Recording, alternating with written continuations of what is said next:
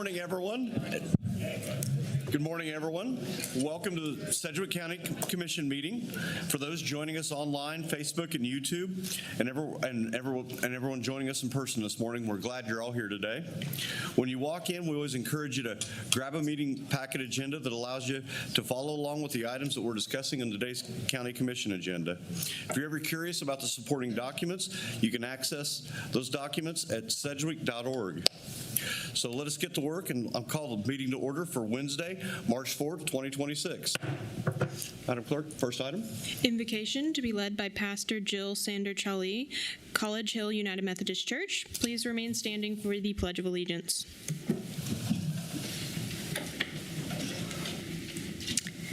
Hello, I want to share with you a poem. This is written by Ann Weems from Kneeling in Jerusalem.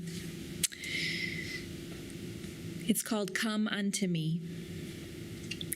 When the journey gets too hard, when we feel depleted, when our compassion turns to complaining, when our efforts toward justice and mercy seem to get us nowhere, it's time to remember the humility part, that it is God who made us and not we ourselves. That the saving of the world, or even one part of it, is not on our shoulders. It is then we can come unto God, and God will give us rest. With rest, we'll remember what it is we are about. Let us pray. Oh God, we pause even for just a few seconds this morning to take a deep breath.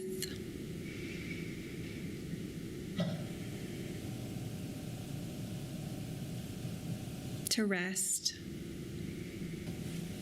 To acknowledge with humility our place in the universe, and to accept with passion your call to be part of making good things happen in our community. We pray all of these things in the name of the one who gives us rest. Amen. I pledge allegiance to the flag of the United States of America and to the republic for which it stands, one nation under God, indivisible, with liberty and justice for all.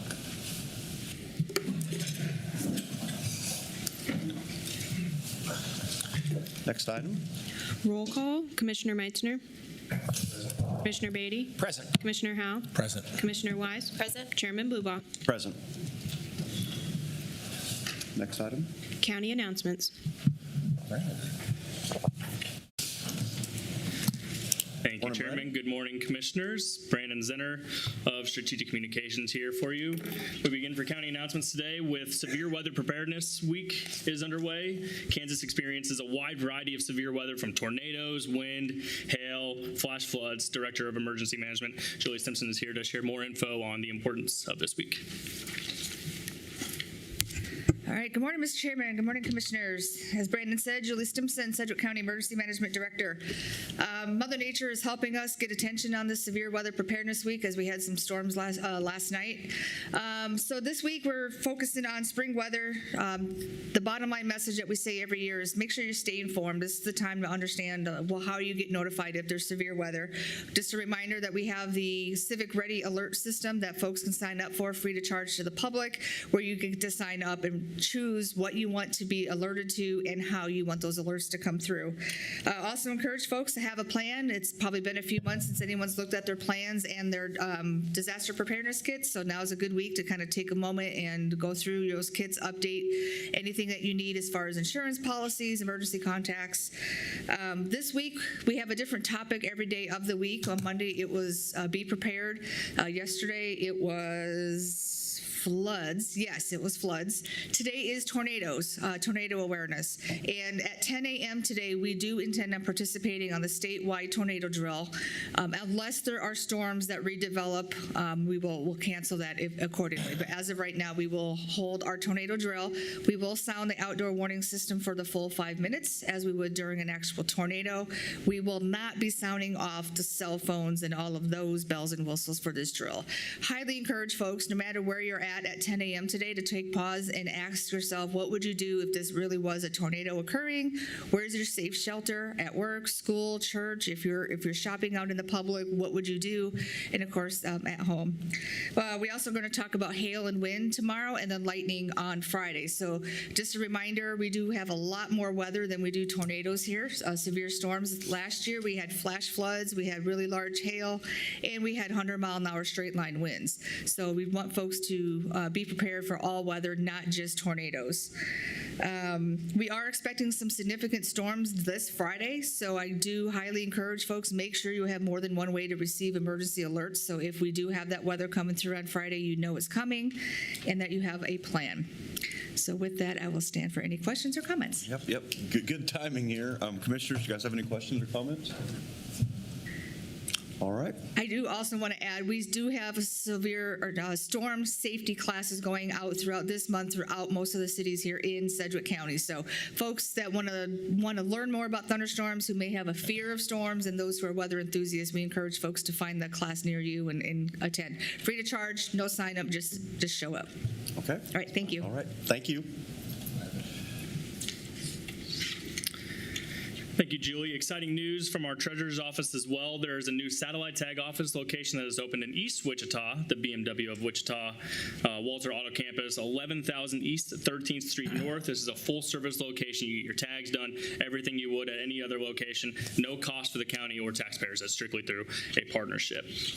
The Sedgwick County Board of Commissioners will hold a listening town hall regarding data centers next Thursday, March 12th, 6 p.m. right here in the lower level of the Ruffin Building, 100 North Broadway, in the auditorium. This is strictly an update for residents. There's not going to be any action that's taken. They can come in, ask questions, give their input as well.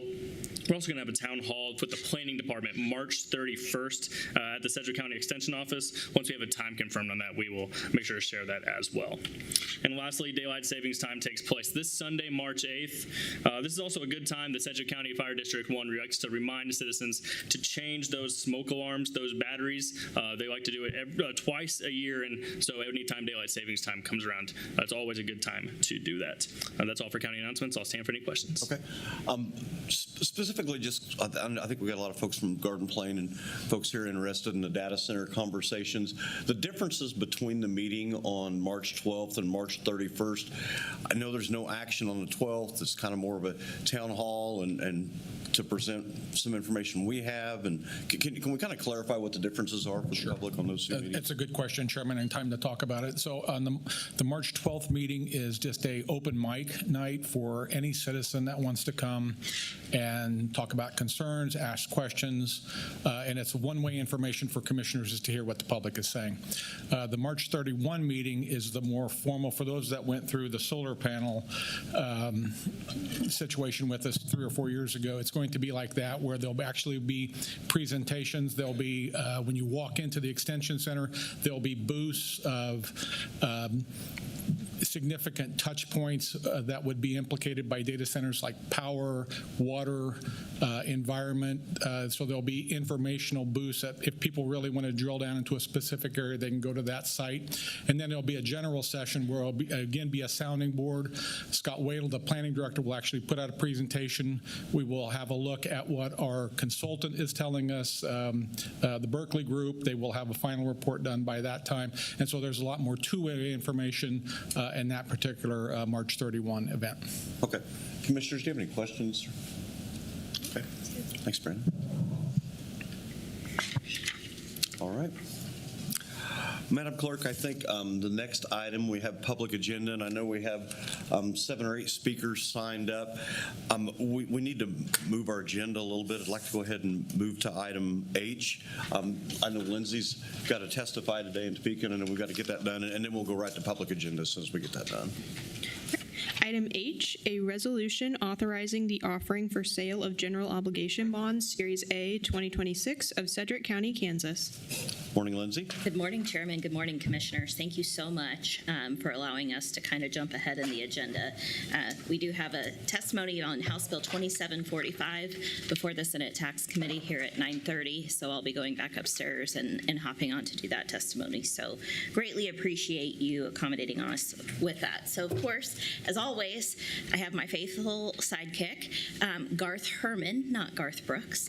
Hoping I see Daniel Schran is here today instead of Lynn Packer, so maybe that'll help with avoiding confusion. But obviously, Garth is our bond counsel, so I'm going to take some liberties to kind of explain at a high level what we are asking you to approve today, and then Garth will come to the podium and speak to any of the details on the resolution. And then after that's complete, please let me know if you have questions. Otherwise, obviously, it's going to be to approve the recommended action. So, as you know, we have worked through a number of steps in the process, and we are almost to the end on steps related to a number of projects that we have spent money on, and it is now time to reimburse ourselves with bond proceeds for those projects. So that includes 4 projects that are special assessments. You will hear more about those at a later agenda item when you also hold a public hearing on those. We have 3 facility projects, including the main courthouse chiller rebuild, the household hazardous waste building expansion, and then the land purchase associated with Community Crisis Center expansion. And finally, you have 2 bridge projects. So what we are asking you all to basically approve today is for staff and our partners at Gilmore and Bell and Baker Tilly Municipal Advisors to take next steps in order to actually conduct a bond sale. And so we would expect that bond sale would add about $11.725 million of debt to our balance sheet. That would bring our outstanding debt to about $64 million. Again, right now, if you were to look at our statistics, we are at about 11% of what the state authorizes us to issue debt on. And of course, we also have our own county debt policy. And in the background materials on today's agenda item, we do show you the specific measures of how we are doing on all of those measures. And again, those measures come directly from what S&P uses to evaluate whether we're a AAA county or not. And of course, we have been thus far. We are hoping to continue that. Here next week, I believe we actually have our bond rating call with the agency to get this done. So basically, what we're asking for is to establish those limits in resolution and authorize that bond sale to occur. That would be on April 7th with ultimate ratification by you on April 8th, as long as it's within certain parameters, and the county manager or I would be authorized to accept those bonds as long as they're within that parameter. So with that, I'll turn it over to Garth. Morning, Garth. Thank you, Lindsay. Good morning, Chairman, Commissioners. Garth Herman with Gilmore and Bell, the county's bond counsel. Lindsay did a good job explaining the resolution. Just a few more pieces of information. So if adopted, this resolution would authorize the sale of these bonds to be held on April the 7th, which, as you know, is a day before your normal meeting date. That's how the county has generally handled your bond sales in the past. That gives basically finance team, administration, my law firm, and Baker Tilly enough time to verify the bids, make sure that the county has received the best bid, and then revise all the documents and get those back out to you for your meeting the next morning. So in order to approve that sale on the day before your meeting, this resolution authorizes, as Lindsay mentioned, the county manager or the CFO to award the sale of the bonds so long as the principal amount of the bonds does not exceed $11,900,000 and the true interest cost on the bonds does not exceed 5.25%. So long as the best bid is underneath both of those parameters, the county would be able to award the sale on the 7th. Ratification would occur the next day, along with the approval of the bond resolution at the county commission meeting. The proceeds from those bonds then would actually be delivered to the county on April 29th. So that's the day that the bonds would be exchanged for the purchase price. The money goes into the county's bank account and then is used to pay for those project costs, including reimbursement. So with that being said, I will pause for any questions you may have. Okay. Commissioners, do you have any questions? Okay. All right. Sounds like we're good. So I'd like to go ahead and take the action to adopt the resolution. A second. Okay. We have Okay. No, we can. Oh, sorry. You can call the vote. Commissioner Meissner? You can call the vote. That's fine. We have a motion and a second.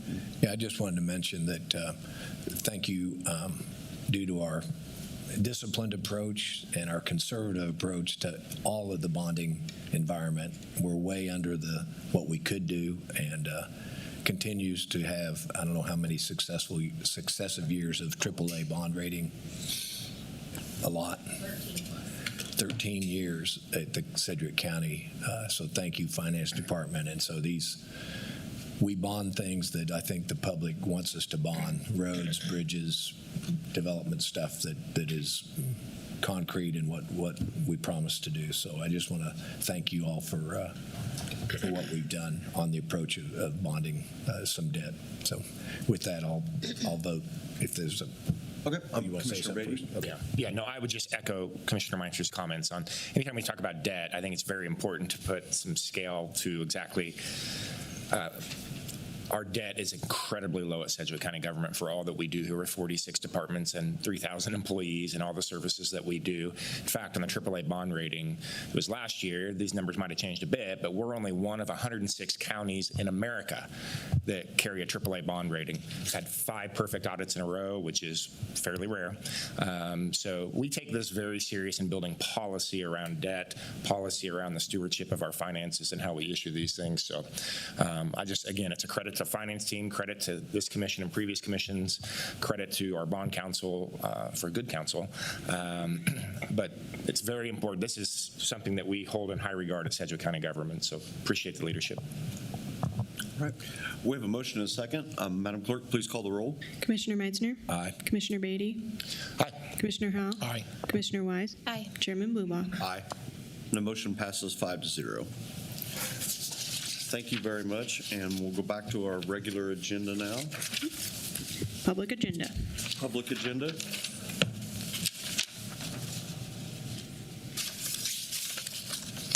We have 8 people signed up on the agenda today. You'll have 5 minutes to speak. Just as a reminder that you can't speak at 2 consecutive meetings, just so that we allow enough folks to speak. So if you did speak at our last meeting, you won't be able to speak again. So first one up is Dennis Gruenbacher. And if I chop your name up, please let me know so I get it correctly.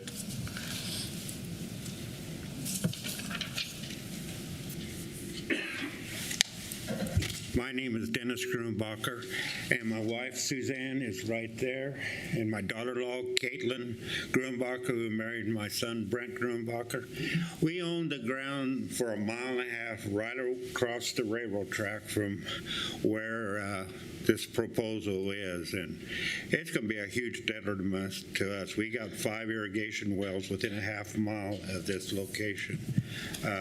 We're worried about the roads. We might not even be able to get our vehicles down that 199th Street if they're building on both sides of it, and we're just concerned as can be. I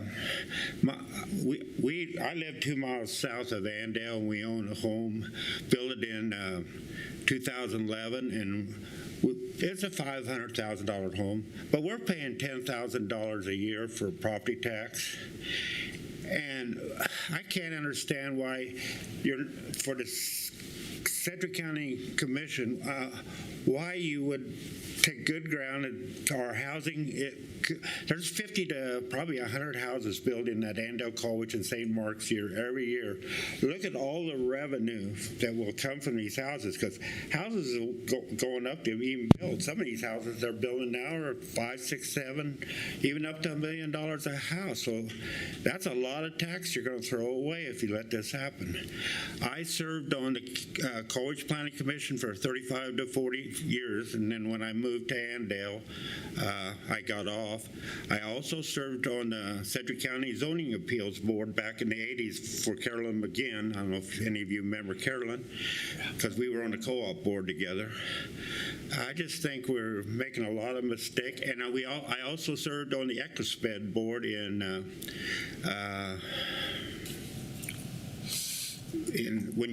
when we approved putting water into the EquiSpeds. from the Little Arkansas River from McPherson. So I was part of that project, and I just can't see why. I don't think we got enough water for what these people are going to want to use. And look at 2022, 2023, 2024. City of Wichita didn't have enough water. We have to shut our wells off. Some people, we had one irrigation well went dry. I just think we need to put a moratorium on this for at least 3 years and see how these others work out. And we are blessed in this area to have the Equispeds. And that's why we approved recharging that Equispeds back in about 10 years ago. So does anybody have any questions? Commissioners, do you have any questions? Commissioner Howell? Just a couple of things. Thank you for your comments this morning. And I know your family was here last meeting. I'm not sure exactly who spoke, but I remember that your family was here. I'll just say this. I don't think the commissioners know what we're going to do with water. I know that's one of the bigger concerns. We do know that some of the modern data centers don't actually consume water the way the old ones did. So I think that's something that we would probably want to see some type of mitigation regarding that. I'm just assuming. I don't know for sure. In this process, we've not really been given a whole lot of data at this point. We're basically just listening and trying to learn. And so we've not made any decisions. But again, I think if we do make decisions, my guess is we will have concern about water, just like like many of you and your neighbors also have. I don't think we would be likely to see the millions and millions of gallons consumed in water, for cooling this. I don't think that's likely to happen. And second of all, the three-year moratorium. I just want to speak that I don't know what we will do. I know there's an item on the agenda today to extend this out by 55 days, which I'm sure that probably we'll have discussion today. I assume that's likely to pass. But to delay this needlessly for long periods of time, I think is a taking of private property rights. We've got to be very careful. Everyone in this room, I'm sure if I said, do you believe in private property rights, everybody would say, absolutely. It's almost a guaranteed thing. Farmers especially. Farm Bureau and farmers and others out there, that the property rights is a most important thing. And so whatever regulations we want to come up with, we're leaning forward to learn this quickly, to figure out what needs to happen and move on with it so that we have a clarity what regulations will be in Sedgwick County. But a 3-year process, in my opinion, is very long. We can take this 55 days or 30 days or 2 months or 3 months at a time if we need to continue to make progress. And however long it takes, it'll take. Well, I think we've already stated publicly that the 90-day pause was simply just a pause to get us started. We would extend that as needed, and which you'll see that today. We'll extend it as needed to make sure that we have the right regulations in place for us to move forward. I don't think we need to be arbitrary and pick some long period of time, because I think, my personal opinion, I'm not a lawyer, but my personal opinion is that is probably viewed as a taking of someone's property rights. We got to be very careful not to let that happen. So as long as we're making progress, I think we can pause this as long as we need to. But we do need to process through all these ideas and problems and concerns and challenges and regulations. And at some point, we got to be able to finalize those things and let these applications happen under those rules and regulations that we create. So again, I thank you for that. But I don't know that the 3-year moratorium is the right number. I think again, we're doing this in a way that is chunk by chunk, and I think that's the way we should go forward. Thank you again. I disagree with you, but also the city of Colwich's water well is a half-mile south of this project, and if any pollution comes and goes into that well and goes into the Equisped, you guys, and you say about property rights, that's okay, but if you affect your neighbors and your communities, that is wrong. Thank you. Does anybody else have any questions? Any other questions? Thank you very much. Thank you. Next speaker, Alman Jones. And if you would please say your address. And I'm sorry, I didn't have Dennis do that, but I've got it on the sheet here. So, Alma Ann Jones, 600 North Crest Line. I'm actually here to read a message from Marquita Atkins Woods, who is not able to be here today. But I would like to say that we recently received a verdict from a jury saying that 5 of our officers killed a child, and to keep them employed, I I think is sending a really, really wrong message to the children in our community and the rest of our community. But here I go.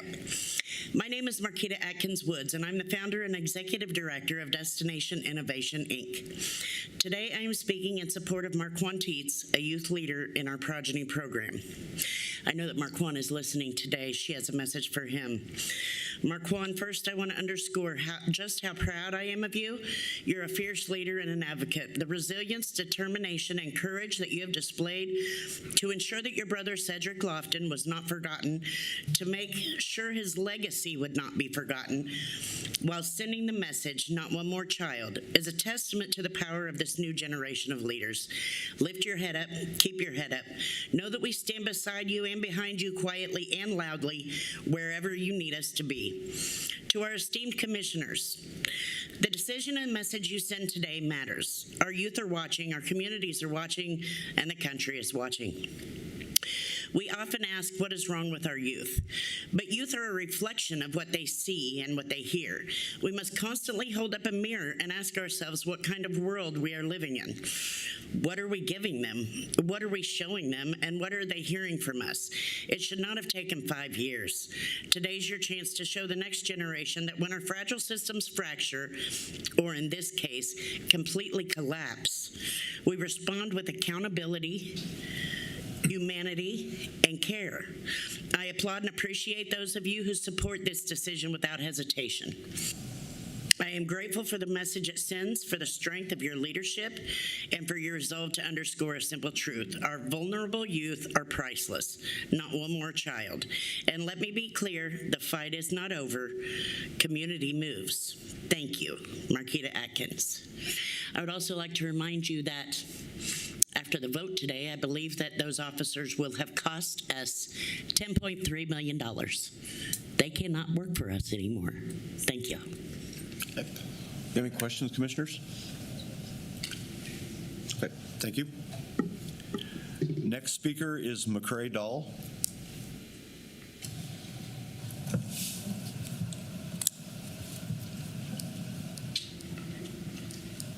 Hello, my name is McCrae Dahl. I live on 121 North Randall Street.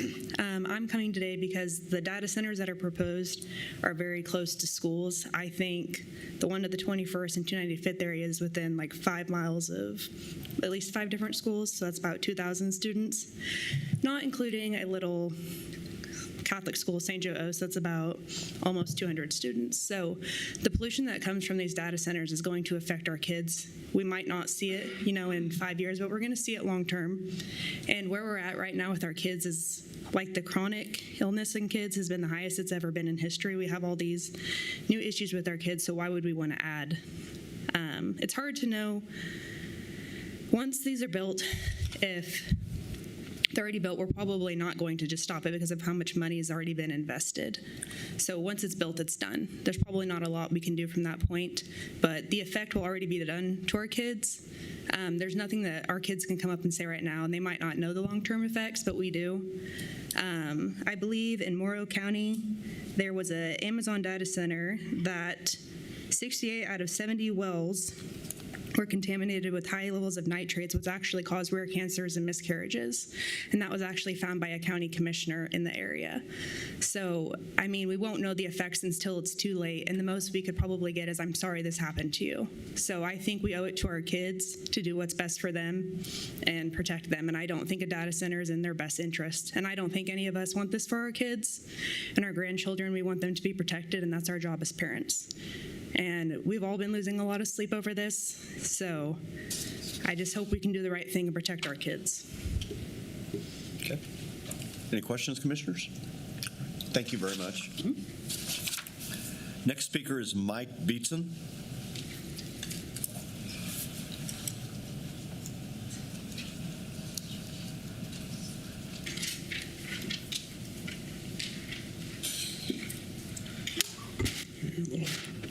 Good morning. I'm Mike Betson. I live at 19223 West 29th Street.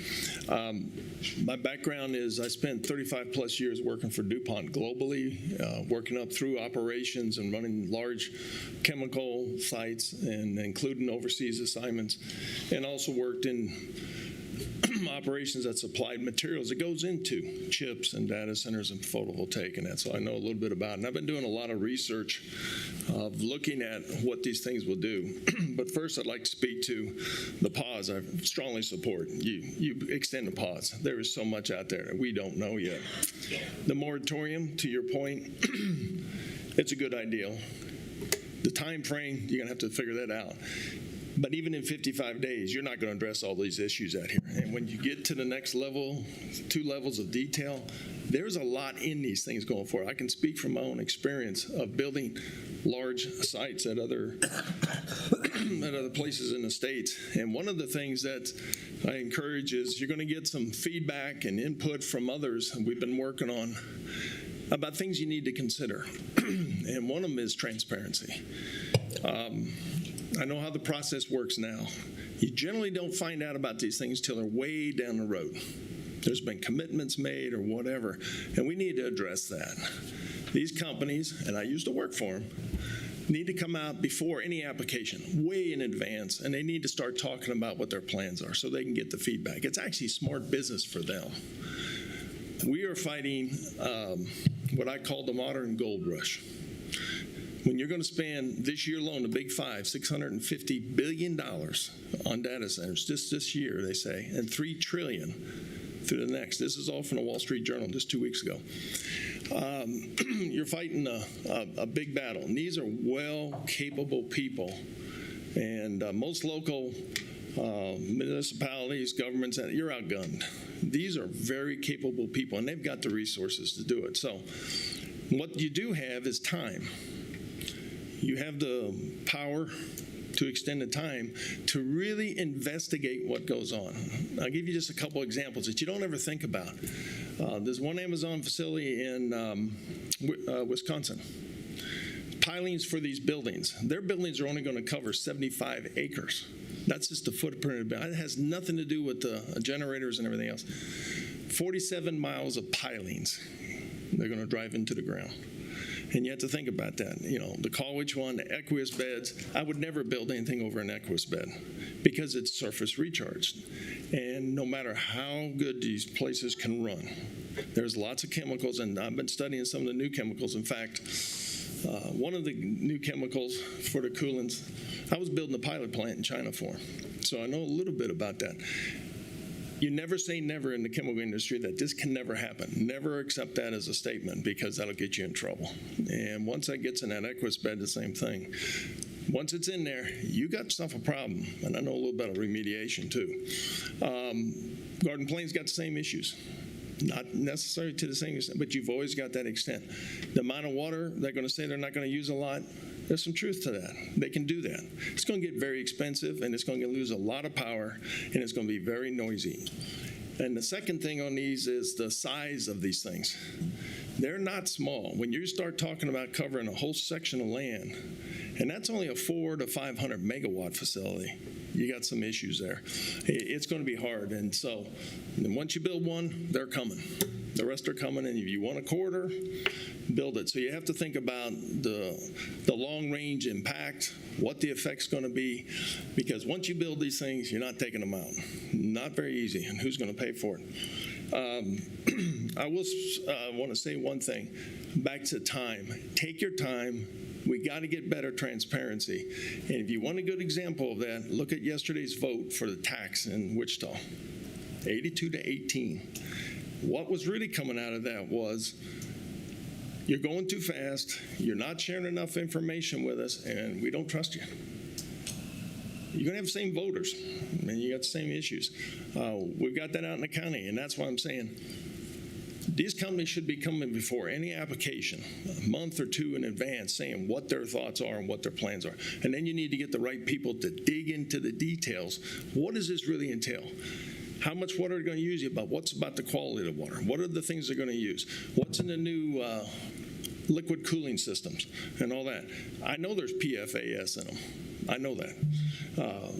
And they'll argue that, but that's fine. And they'll say, well, it'll never get away from us. Never say never. That's something you should never do in the chemical industry or petroleum or anything. Never say never, because things will happen. Storms, we just heard about that this morning, could happen. Can you finish your thought real quick? Yep, and basically is, when you're putting in that kind of money, $15 billion in the basis, and they're going to put $100 billion, it sounds great. But this is a large facility, and you got to be very careful and take your time. They're not going anywhere. If this is so great, they'll be here a year from now. Okay. Commissioner Wise got a quick question. Sure. I just wanted to comment, Mike, thank you for coming to the meeting. Thank you for leading several meetings that you guys have had out in your communities. Your expertise shows and your research is good. I think I just wanted to point out you tend to reference very recent articles, and I appreciate that because that's how fast data centers and anything in technology moves. So I really appreciate that you're using good articles and good research. I have a couple of items that I'd probably want to discuss with you. I'm sure that I have, if you've emailed me, I'm sure I have your email in there that I might send a couple of questions to you as I gather my thoughts. But I just wanted to point out that you've done a really great job at the town hall that was hosted on Monday, speaking factual and really using your expertise for everybody's good. So thank you for that. Yeah, I think it's important to use last 6 to 12 months data. The people who put these in 5 years ago have got buyer's remorse right now. Commissioner Meissner. Yeah, thank you, sir.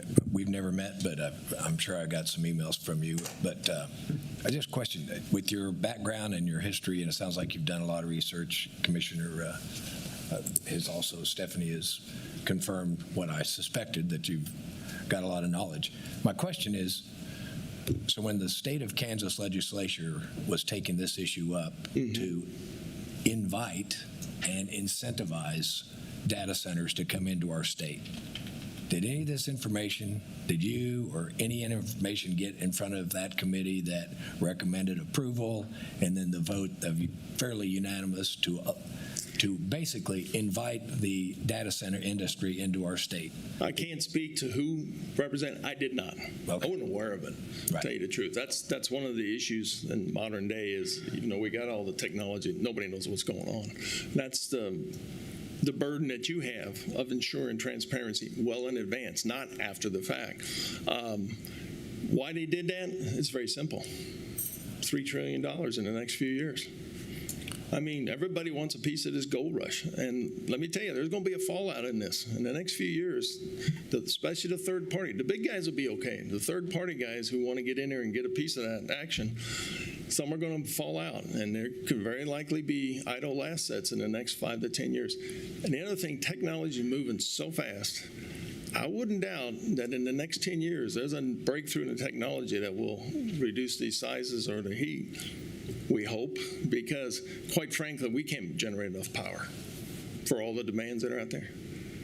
You can put a lot of plants, you still can't generate what they're promising. And I can go through a lot of other technology with you, but I only have a few minutes here.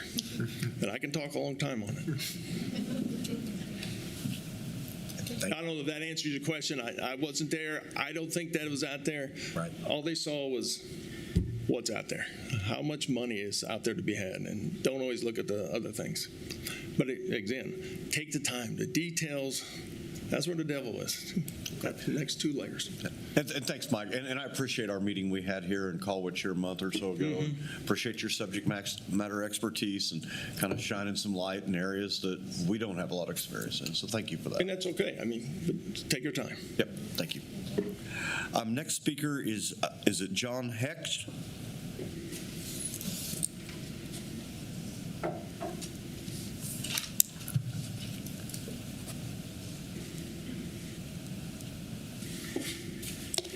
Yeah, good morning, all. My name is John Hecht, and I live at 2942 North Cardington. So actually, I'm on the edge of Wichita, but I grew up in Andale, and I have been an agricultural consultant for 46 years, working with farmers and water issues locally, regionally, internationally. So anyway, and I got to admit, Dennis and Mike have taken a little bit of my thunder, but I'm going to repeat a few points anyway. So So my concern about the data centers, number one, putting a data center in this Andale-Colwich area, a half-mile upstream from Colwich's city water wells, on top of an aquifer that's only about 30 feet to water, is not a good idea from a safety and a quality standpoint. I'd also say that the water level in the Equus Beds aquifer right now is currently stable. But with the water that these data centers could potentially use, it's going to impact both urban and rural water users as we're all pulling from this same aquifer.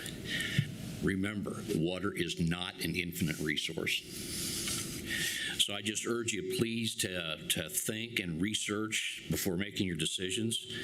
Like Mike said before, technology and demands, excuse me, are rapidly changing. What we know today may not be right next year. Thank you. Any questions? Okay. Any questions, commissioners? All right, thank you. And next speaker is Catherine Gruenbacher.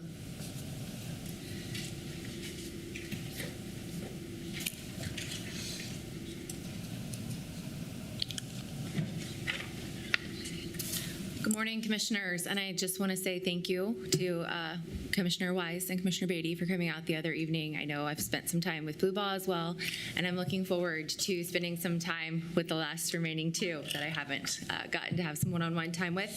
My name's Caitlin Gruenbacher. My husband and I farm at 5901 North 199th Street West, Colwich, Kansas 67030.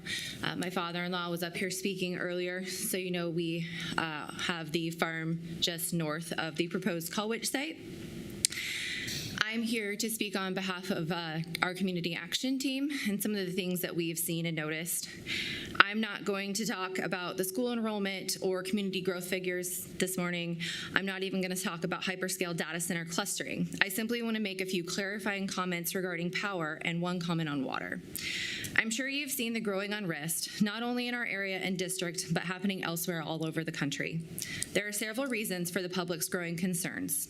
Too many for me to list in my time here, but one of them is combating misinformation intended to coerce groups to stand down, including comments from local power company executives over the last few weeks and their comments with no reference to sources or based on facts, including a direct assertion that, quote, not a single person's electricity bill has ever gone up from data centers, it's just inflation, and that the public is overreacting and there's nothing to be concerned about. This and similar comments are made by these local leaders are further exacerbating the public emotion and don't help our situation. Personally, I disagree with the statements that were made, but you don't have to take my word for it. Harvard Law Review in September of 2025, which is one of the most prestigious and reputable academic publications all over the world, stated how data centers are leading to higher electricity bills. The public is paying for energy infrastructure used to power big tech. CNBC and Goldman Sachs in February. Electricity prices will keep rising on AI data center demand. Prices will continue to rise through the end of the decade and beyond. Data centers make up 40% of electricity demand growth. Bloomberg, September 2025. AI data centers are sending power bills soaring. Wholesale electricity costs as much as 267% more than they were 5 years ago in areas near data centers. That's being passed on to customers. Associated Press, February 12th article. Electric bills rise. Evidence mounts that data centers share blame. Critics question whether state and local governments have the spine to take a hard line against tech behemoths like Microsoft, Google, Amazon, and Meta. Fortune, March 1st. Your utility bills keep going up. Here's everybody you can blame, AI data centers included. Wall Street Journal, NPR, and others are all recently reporting that electricity prices are climbing at more than twice the inflation rate, and AI data centers are the key driver in that. All independent research. All publications done in different areas of the country where this is happening, all coming to the same conclusion. I understand a presumed solution is to force these companies to create their own power generation on site. This defeats the purpose.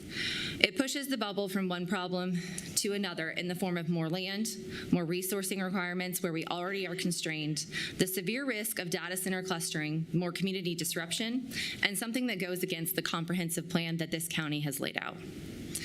I have one comment on water as we continue to be told that new data centers, particularly those on a closed loop system, use no water or hardly any at all. That's just not true. This kindly leaves out important information.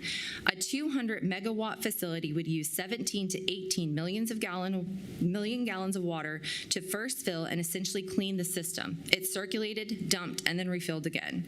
Well over 30 million gallons of water to start and commission this data center on a closed loop system that presumably doesn't use water. For reference, that commissioning amount alone is more than the total annual water consumption for the entire city of Garden Plain that you're considering putting this project next to. I appreciate your time to clear up what I believe might have been some misinformation on power and water, and I want to thank you for your continued efforts on this subject. I don't envy your position. I know it's difficult. I know you guys have a lot of different things to weigh out. And I appreciate your desire to learn and be engaged with us and the rest of the public at various events and the groups that we have and will continue to put on. I will say that we do desire additional time with the commissioners beyond 3 to 5 minutes every other week, apparently. Increments where we can have a robust discussion on this and similar information, where we can provide representatives in the community and also experts. We want to bring people that have knowledge that can help educate you. We don't just want to be members of the community talking from our own personal experience. Okay. Thank you. Ready? Yeah, Caitlin, thank you. And I want to thank you again for all the work that your group's putting in and educating your community members and really being proactive. I think that's wonderful to see engagement. Anytime there's a consideration of taking an industrial or commercial use into rural residential areas, it's disruption. And as someone who lives in a rural residential area, I fully understand that. I just want the public, I want everyone to be very clear that Sedgwick County government is not putting data centers in. Sedgwick County government and the Board of County Commission is not taking land by eminent domain and saying we're doing data centers or we're not using county land for data centers. These are private transactions that are taking place between a company, publicly traded company, some private companies, and private landowners. When we became aware of these things, I want to get to the transparency piece. We became reactive. That was the initiative of the 90-day interim developmental control, to pause. And now we're trying to be proactive and to build policy. The role of the county and the county commission and the planning commission is to build land use and zoning regulations. That's our job. It's not to tell private landowners what they can and cannot do. Now, we can make policy that is so restrictive or so open-ended that it influences the way private transactions happen, but the role of local government is in land use. And so I just want everyone to be very clear, the transparency piece of this is not on behalf of the Sedgwick County Commission, as we are being very reactive and we're learning on the fly too in some of these things. I've received, and I'm so thankful for the 40 to 50 emails we receive every day, because it knows that I know that people care, and that is so important, and every one of them are read, and every one of them, we try to reply to every one of them. But some of the emails are saying that the county commission is lacking transparency in this. And I just want to be very clear that we have a very specific and narrow scope and scale of what we're trying to accomplish here. And that's to build policy around land use that governs private transactions. Now, these private transactions have community impact, which means that we have a community interest in what happens to the rest of the community. But I just want to make sure that no one in Western Sedgwick County believes that the 5 county commissioners that are here are lacking transparency in these things. I hope that's not your perspective. No, I can see, though, where that perspective comes from. Would you like me to share my opinion on that? I would love to. I think that, and I talked a little bit with Stephanie about this the other evening, I said at this point, I feel like you poor people have been put in the middle. You guys have meetings with us, and then you have meetings with Google, and then you have meetings with us, and then you have meetings with the Greater Wichita Area Partnership. And I said at this point, I really feel like it's time to put those together. And one of the things that I suggested is, I know there's a closed door invitation only meeting happening March 11th, March 13th, given by, I believe, REAP and Greater Wichita Area Partnership. I understand the need to keep the group small in order to have productive conversation. However, I would highly recommend that you videotape that meeting and share it with the public afterwards. Can I just add one thing? Coming from all these closed doors. So REAP is an organization. We are not even members of REAP. I don't even know if county commissioners are going to be at that meeting. So that's REAP having a meeting with their membership, which, to be quite frank, we were very critical of, to be frank, because of this exact thing. Yeah. Is that organizations having private meetings with their membership gives the perception of lack of transparency. We are not even members of REAP. Are you are any of the commissioners members of the Greater Wichita Area Partnership? The Sedgwick County government employs Greater Wichita Partnership to be. Are they not helping put on that meeting? In my view, they probably are. Okay, so does that not give you guys access Totally to that get meeting? it. I totally understand that. And we've been critical of those types of things. That's for REAP membership. But I don't want to get into a back and forth in this setting in that regard. I just want you to know that we are also learning on the fly. And when Google asked for a presentation to the commission, it's to help educate us. And then we said, you need to go to the public now and have an open town hall public meeting and take these conversations to the community members to help us guide. So I hear you. We don't like the lack of transparency. In fact, there's one organization running around there saying things on behalf of the county commission that are completely non-factual and has gotten back to us. They're just bold-faced lies.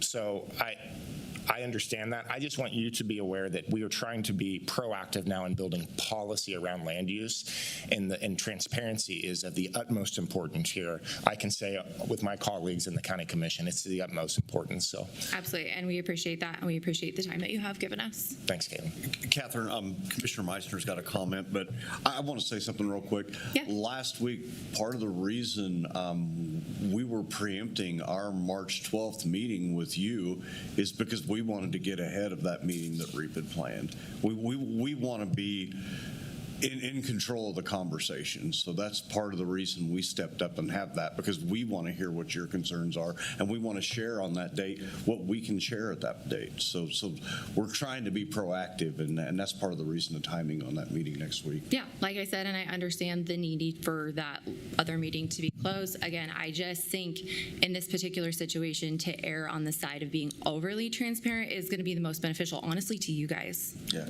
I have not RSVP'd for that meeting, and I don't know that I'm going to attend either. Commissioner Meissner? Yeah, just to clarify, REAP has been an organization around for 15 years, and it represents at least 10 counties, a whole bunch of cities in those counties, school districts, and because data centers are approaching other counties as well as ours, those officials that belong to REAP are requesting some information. Greater Wichita Partnership is the economic, that handles our economic development issues, not only for Sedgwick County, but for almost the same 10 counties. Yes. So when something's coming into McPherson, GWP is helping. So yes, we belong to GWP, but we are Sedgwick County in this case, and we can't tell REAP or GWP what they can or can't do in their geographic territory that they represent. Yes, like I said, though, I would just appreciate the ask from you guys to potentially have that meeting. I guess I do have one question then. So you said they represent 10 counties, the Greater Wichita Area Partnership. Something like that. Do you know how many of those counties currently have moratoriums on data centers at this point? I don't know, maybe the one, I don't know. REAP has a website. Yeah. And GWP has a website, and it shows all the geographic areas that they represent. And they all have membership dues that they pay into those organizations. All right, thank you. Okay. Does anyone else that did not speak at the last meeting care to speak up? And I do want to tell you that we still have an action item later this morning where we're going to discuss the extension of the data center interim, and you would have an opportunity to speak then. So does anyone else sign up to speak or wanted to speak? Okay. If not, I'm going to go ahead and make a motion to publicly file the public comment today. Second. A motion and a second. Madam Clerk, please call the roll. Commissioner Meissner? Aye. Commissioner Beatty? Aye. Commissioner Howell? Aye. Commissioner Wise? Aye. Chairman Blubaugh? Aye. Next item. Consideration of minutes. Item A, regular meeting minutes of February 4th, 2026. Does anyone, do we want to call, Justin, do we want to call all these together? Or? You certainly could do that, Chairman, if you'd like to. You can combine those into one motion. All commissioners were present. Does anyone have any questions about the minutes for February 4th, 11th, or the 18th? If not, I'd like to go ahead and make a motion to approve items A, B, and C. Second. Have a motion and a second. Madam Clerk, please call the roll. Commissioner Meitzner. Aye. Commissioner Beatty. Aye. Commissioner Howell. Aye. Commissioner Wise. Aye. Chairman Buba. Aye. And the motion passes 5-0. Next item. Proclamations. Item D, proclamation declaring Red Cross Month. I'd like to go ahead and read this proclamation. Whereas in times of crisis, people in Sedgwick County come together to care for one another. The humanitarian spirit is part of the foundation of our community and is exemplified by American Red Cross volunteers, donors. And whereas in 1881, Clara Barton founded the American Red Cross, turning her steadfast dedication from helping others in a bold mission of preventing and elevating people's suffering. Today, we honor the kindness and generosity of American Red Cross volunteers who continue to carry out this legacy. And whereas Red Cross volunteers join the millions of people across the United States who give hope to the most vulnerable in their darkest hours through emergency shelter, donating blood, supporting service members and veterans, and helping to save lives with first aid, CPR, and other skills, or delivering international humanitarian aid. And whereas their work to prevent and elevate human suffering is vital to strengthening our community's resilience.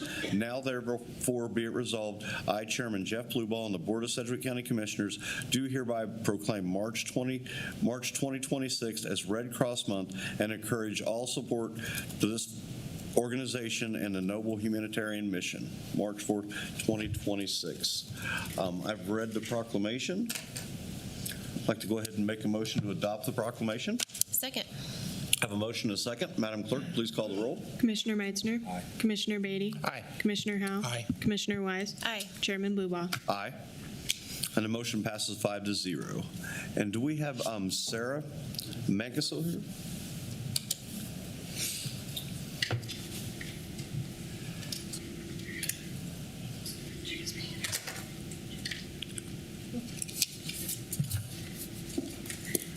I'm Jenny Mash. Sarah's with us today. And on behalf of the Red Cross, thank you for your support of Red Cross Month. The Red Cross provides services to over 92,000 Kansans each year. So we appreciate the support and thank you. And let's hope that we don't need our services this week as severe weather comes in. So thank you. Well, thank you very much. Appreciate it. Commissioner Beatty? Yeah, Jenny, Sarah, thank you so much for everything the American Red Cross does. And your reach is, globally, but especially here in Wichita and Sedgwick County in this community, your reach is pretty profound. I want to specifically thank you for the Battle of the Badges that you do. It's a blood drive that incorporates Wichita Fire, Sedgwick County Fire, and then EMS, and is it police as well? The police is involved as well. And they kind of battle each other so you can raise as much blood. Now, who is the defending champ? Because he texts me every year to make sure that I'm fully, but is it Fire that's won? Fire. Yeah, and they've strung together a nice little winning streak, haven't they? They have. Yeah. And we support 100 hospitals here in Kansas. You sure do. So, yeah. With that blood. And they've been pretty braggadocious about their victory. But the police department and EMS are good supporters as well. So. Yeah, what you do, right? Yeah, you do so much for this community and communities all across the country. So I just thank you so much. And you're also very philanthropic. You're very present at organizational events and things that are happening in the community. And I just, you make Sedgwick County a better place. So thank you so much for all the work that you do. And we're so grateful for your support. Yeah. Thank you. Thank you very much. Any other comments, commissioners? If you guys don't mind, we're going to take just a real quick break, like 5 minutes. We'll go outside. We'd love to take a picture with you, and then we'll come back here and get the meeting going again. Thank you.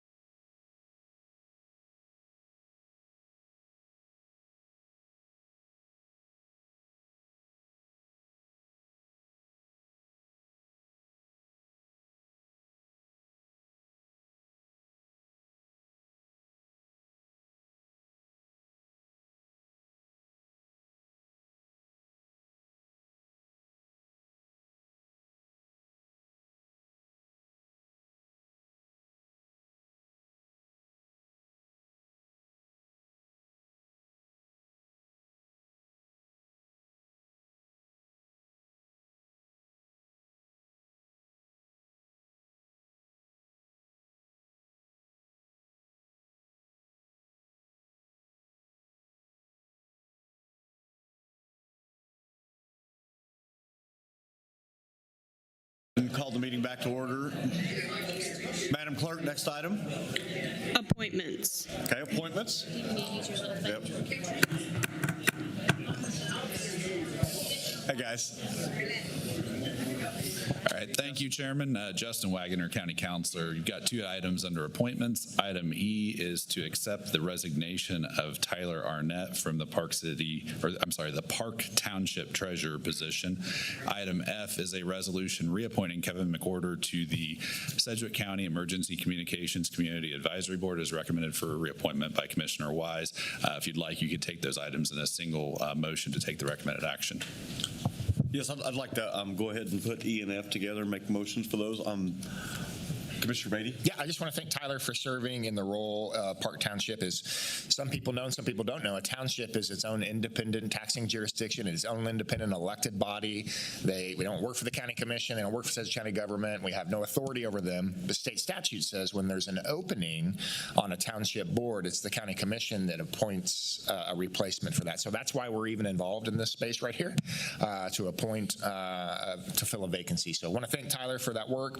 We have several names that will likely be coming before us to entertain for Park Township in that vacant position. But Tyler, thanks for your work. Appreciate it. Commissioner Wise? Yes, Kevin's not here today, but I just wanted to publicly thank him for serving our community in so many ways. He is a strong community member who has served, whether it's with the library, on citizens advisory boards, or on this advisory board for the emergency communications. So I just wanted to tell him thank you. I know he's under the weather today, so I hope he gets better, but really, really appreciate his just leadership in so many different ways. So thank you. Yep. And I'd like to add to that, I appreciate Kevin stepping up. I served with Kevin on the Goddard School Board 2011 to 2013, so glad to see him still at it serving the public. I'd like to go ahead and make a motion to approve items E and F. I'll second that. A motion and a second. Madam Clerk, please call the roll. Commissioner Meitzner. Aye. Commissioner Beatty. Aye. Commissioner Howell. Aye. Commissioner Wise. Aye. Chairman Bubaugh. Aye. And the motion passes 5-0. Next item. New business, item G, public hearing and consideration of a resolution regarding proposed special assessments for improvement projects in the county.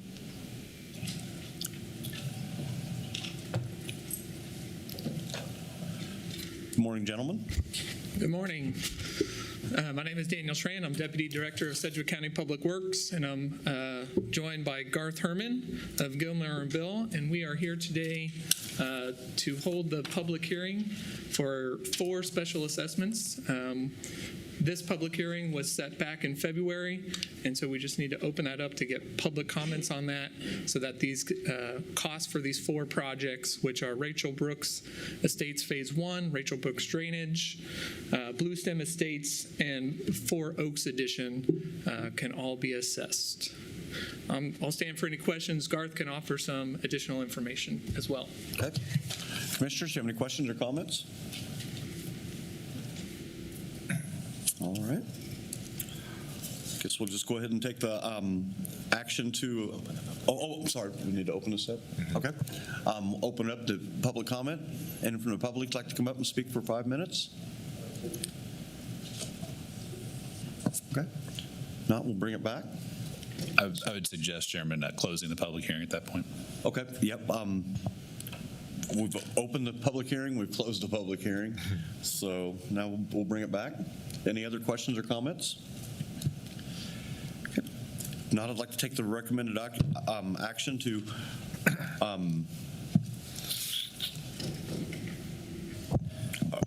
I guess we're just conducting a public hearing and at this point, Chairman, I think the remaining item is to adopt the resolution. I look to Garth Herman in case there's any clarification on that might be needed. Garth Herman with Gilmore and Bell, County's bond counsel. Justin, County Councilor is correct. After the closing of the public hearing, then it would be an action to approve the resolution. Okay. I'd just like to take the action to approve or to adopt the resolution. Second. Okay. We have a motion and a second. Madam Clerk, please call the roll. Commissioner Meitzner. Aye. Commissioner Beatty. Aye. Commissioner Howell. Aye. Commissioner Wise. Aye. Chairman Bubaugh. Aye. And the motion passes 5-0. Next item, please. Item I, consideration of settlement agreement and resolution to authorize the transfer of monies from the county general fund to the county risk management reserve fund.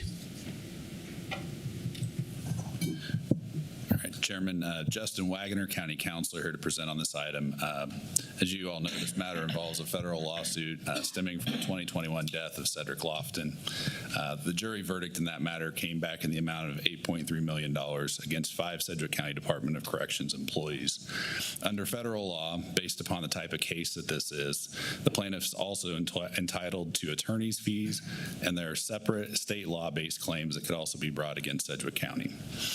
If the board would agree to the settlement that is proposed, the language of which has been agreed to in principle by legal counsel from both parties, the county would pay $10.3 million to resolve all federal and state claims and plaintiff's claim for attorney's fees. The county would also be waiving any rights to appeal this case or file any post-trial motions in the matter. In addition to the settlement agreement, this agenda item proposes the adoption of a resolution transferring $10.3 million into the county's risk management reserve fund from the general fund, which would be utilized to pay the settlement if this is approved. So the recommended action on this item has 3 different things that it would do. First, it would approve the settlement agreement that's been described. Second, it would authorize me as your county councilor to sign the settlement agreement. As is customary with settlements, I would not sign that settlement agreement until the plaintiff has signed it. At this point, we don't have that back, but again, the language has been agreed to in principle by the legal counsel representing the parties. And then third, you would be adopting the resolution to transfer $10.3 million from the general fund into the county's risk management fund. And so a simple motion to take the recommended action would be sufficient to take those steps. I'd be happy to stand for any questions. Okay, so I want to make sure you understand. If we approve the action, but you're saying we still would not sign it until the plaintiff? Yeah, I wouldn't sign it until we get it from the plaintiff. That's customary in any of our settlement agreements, Chairman. Okay, Commissioner Beatty. Yeah, thank you, Mr. Chairman. Thanks for the opportunity to speak. I'll be voting in the affirmative to approve this settlement offer today. I want to encourage my colleagues to do the same. What took place in September of 2021 was a tragic incident. It was tragic on many levels. A young man lost his life, C.J. Lofton. There's never going to be closure in this type of situation, especially for C.J.'s friends, C.J.'s brother, Marquand. He's walked through a very, very difficult season, a complex season in his young life. So there's no closure in this type of deal. You just don't. I did 12 years of pastoral ministry, and I learned you don't close the book when someone loses their life. So today's action isn't a statement or an action or a resolution of closure. It's an acknowledgement of justice, and it's a hopeful step forward towards healing and improvement in this community. There's something to be said, I think, about how a community responds in the aftermath of a tragedy. In February of 2022, the county launched an effort to bring community members together to take an honest, reflective deep dive into all the systems that had a touch point with CJ's incident, as well as look at a broader analysis of system standards and performance. There were 22 task force members. They ranged from community activists to law enforcement. We had juvenile corrections leadership. We had foster care involved with DCF. We had youth organizations. This task force met for nearly a year and a half, and they advanced 58 total recommendations for systems reforms and systems improvements. 58. As of today, as we sit here today, 52 of those 58 recommendations have been implemented. They range from 911 and ComCare, corrections, DCF, Wichita Police Department. 52 of the 58 have been implemented as of today, and there are 3 remaining recommendations that are in progress today. The task force issued a final recommendations report in April of 2024, and that public document is available for all to see and review. And because of this work, the ecosystem that involves juvenile care has been improved. We were honest with ourselves. We were honest about gaps. We were honest about areas that needed investment. And as a community, we took action. Now, does this action alleviate the pain and the tragic loss of CJ's life? It doesn't. Neither does this settlement if it gets approved. Nothing will. But the community's response and our job on this commission is to continue taking steps forward to do the right things, to do the hard things, the things that keep moving this community forward. And in light of this situation, we need to keep doing the things that improve the systems that involve our youth. From foster care to mental health to education, this work has to continue. We got to keep improving. We have to keep investing. Our kids need our leadership and they need our action. So today, this is a step forward.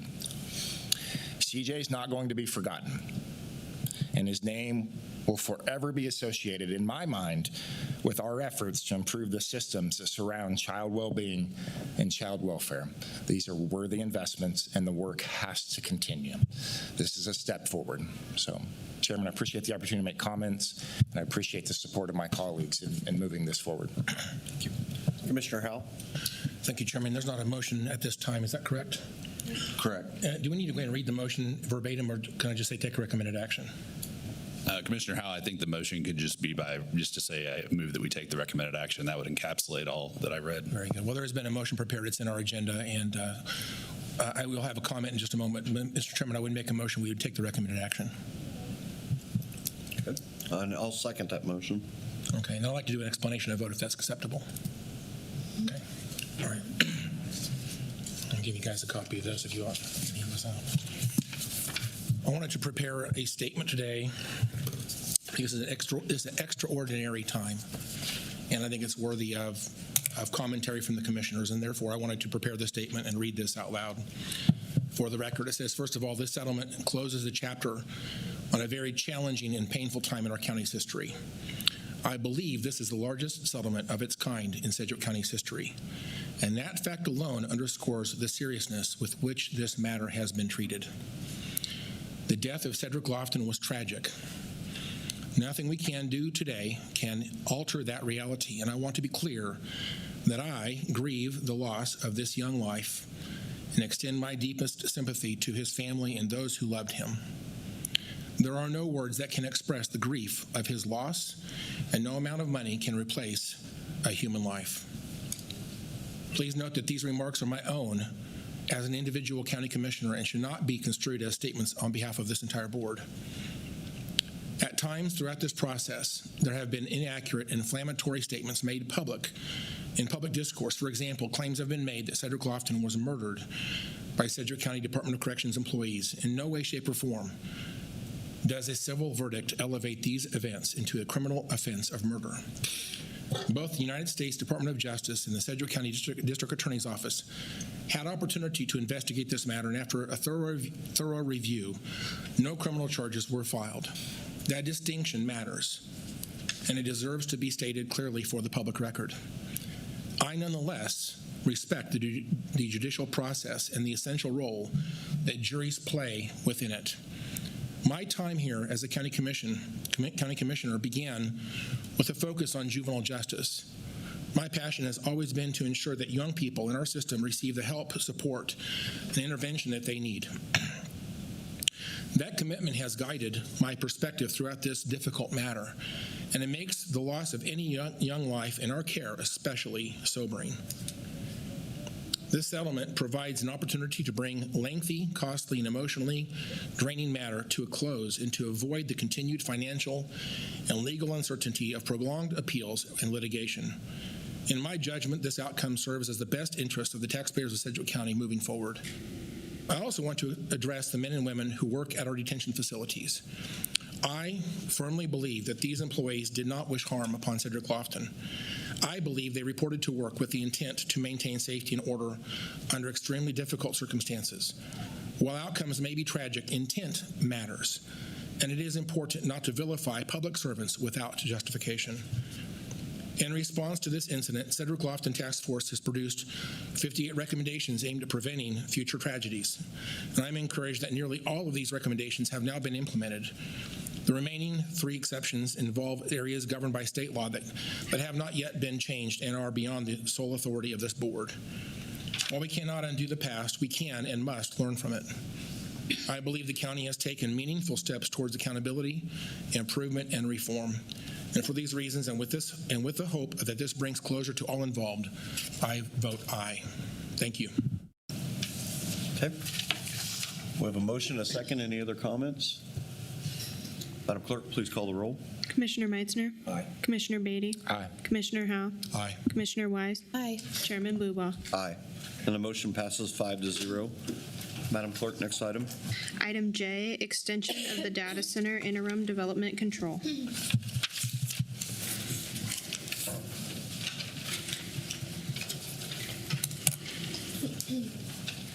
Morning, Kirk.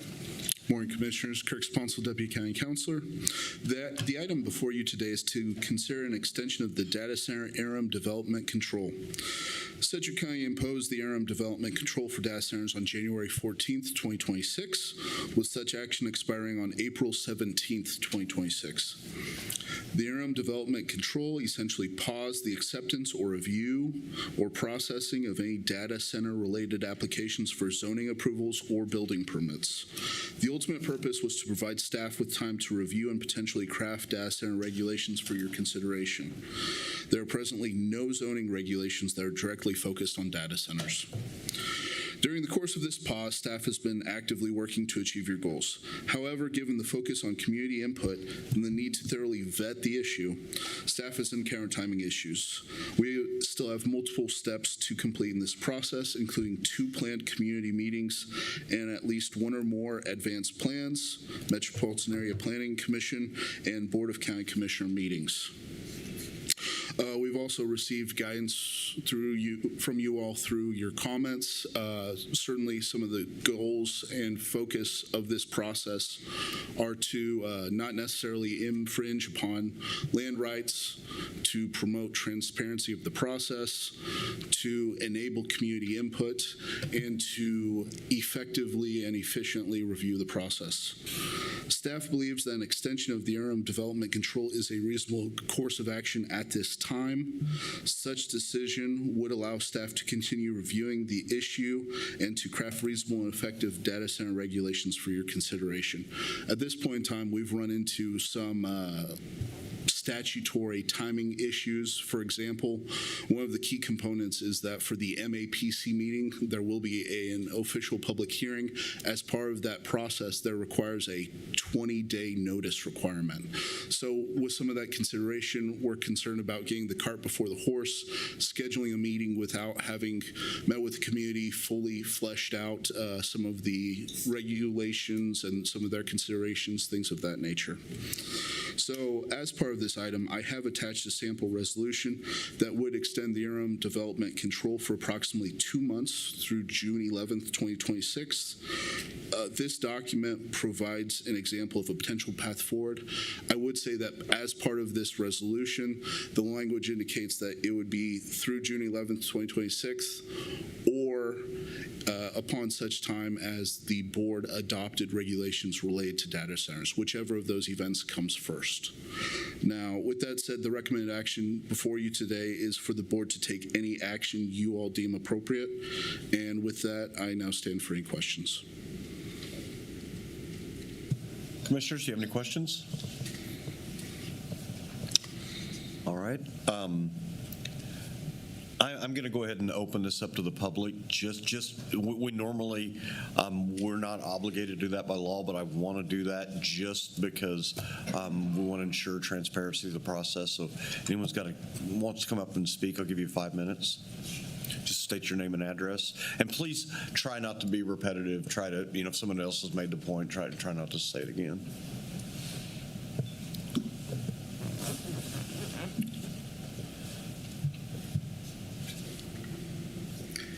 Patrick Kraus, 19059 West 53rd Street North in Colwich. Just addressing some thoughts I had, maybe to answer some questions before it came up about, like Senate Bill 98. Okay, that thing really caused a lot of problems for us, really.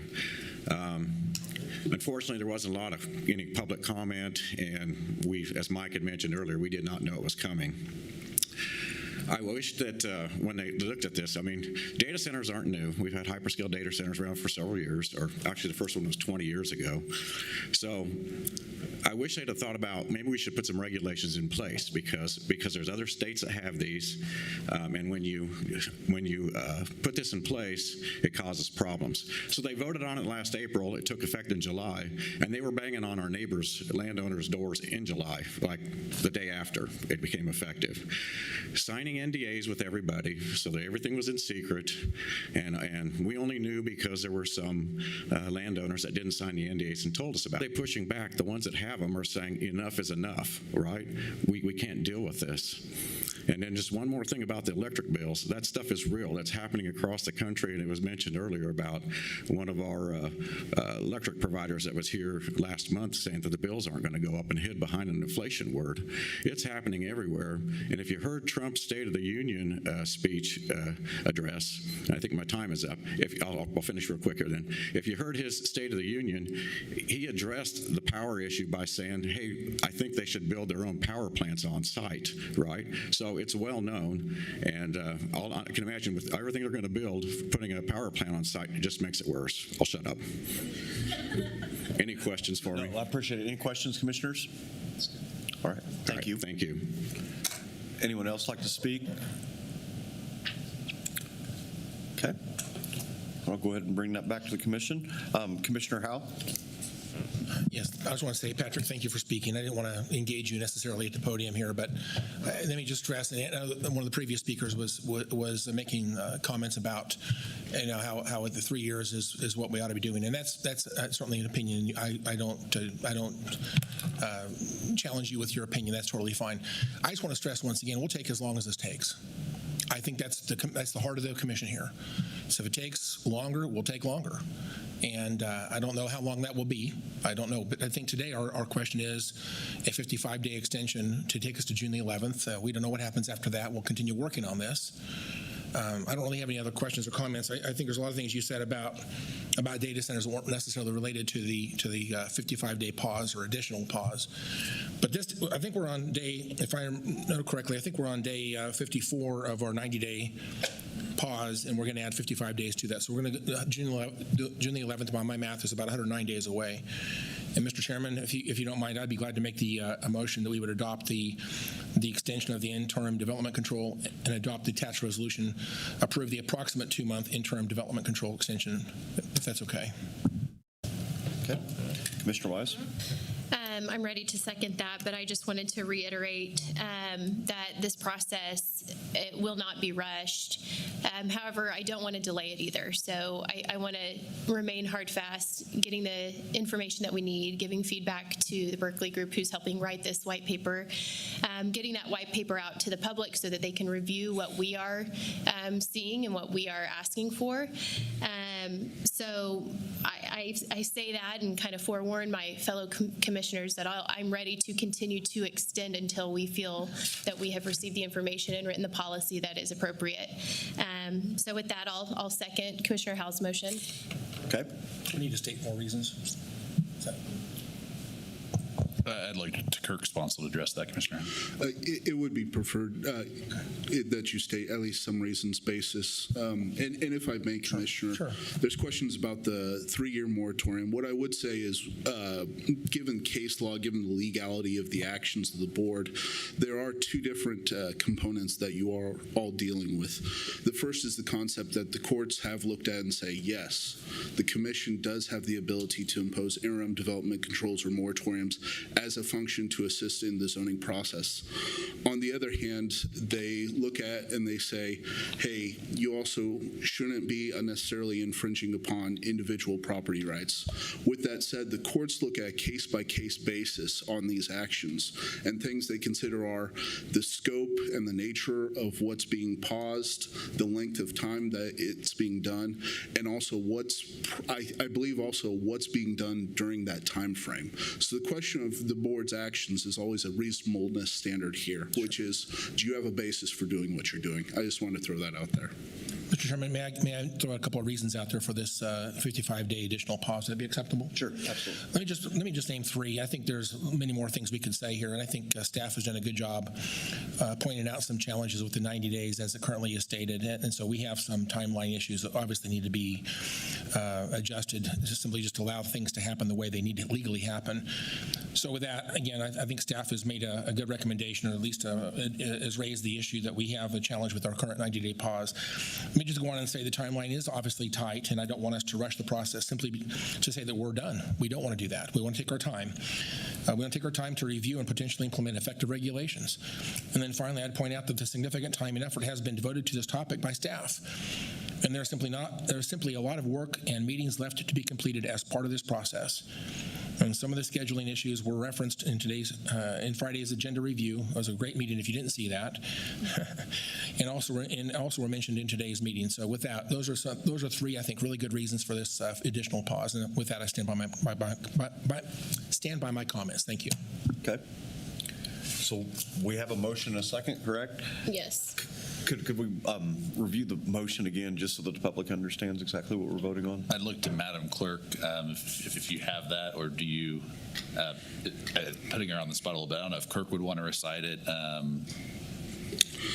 Yeah, it was to adopt the extension of the interim development control for the data centers, adopt the attached resolution, and approve the as Commissioner Howell put, approve the 55-day interim development control extension. Okay. And as part of that, it would be to adopt the attached resolution and authorize publication of that resolution. Is that correct, Commissioner Howell?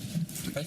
If I can ask, what's the date, the final date then? What does that date move to? It was April 17th, moves to? It would move to June 11th. That's the last valid day. Got it. Thank you. Okay. We have a motion and a second. Madam Clerk, please call the roll. Commissioner Meitzner. Aye. Commissioner Beatty. Aye. Commissioner Howell. Aye. Commissioner Wise. Aye. Chairman Buba. Aye. And the motion passes 5-0. Madam Clerk, next item. Item K, report of the Board of Bids and Contracts regular meeting on February 26, 2026. Good morning, Mr. Chairman and Commissioners. Joe Thomas, Purchasing Director. The Board of Bids and Contracts that met on February 26, we originally had 7 items. We have now 6. We've deferred 1. The first item is the 2026 crack ceiling, project R175H for Public Works. That recommendation is to accept the low bid from J.D. Peterick Incorporated.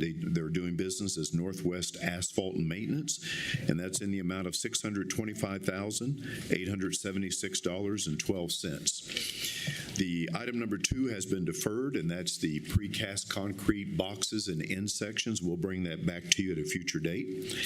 So we move to item 3, which is bridge improvements for project B520 for Public Works, and this recommendation is to accept the low responsible bid from Prado Construction, LLC, and that's in the amount of $231,055. Item number 4, Sedgwick County Adult Detention Facility, the domestic water heater replacement project services, and this recommendation is to accept the low bid from Merrick Wichita LLC, and that's in the amount of $780,646.69. Item number 5, the main courthouse chiller number 1 drive repair for facilities maintenance. Recommendation is to accept the quote from Johnson Controls in the amount of $66,708.13. Item number 6 is groundskeeping, landscaping, EMS locations for facilities maintenance. And this recommendation is to accept the overall low bid from Precision Lawn and Maintenance, LLC, at the rates listed. And that's for a contract period of 1 year with 2 one-year options to renew. And our final item is the ambulance remounts for emergency medical services and fleet management. This recommendation is to utilize the HGAC buy contract.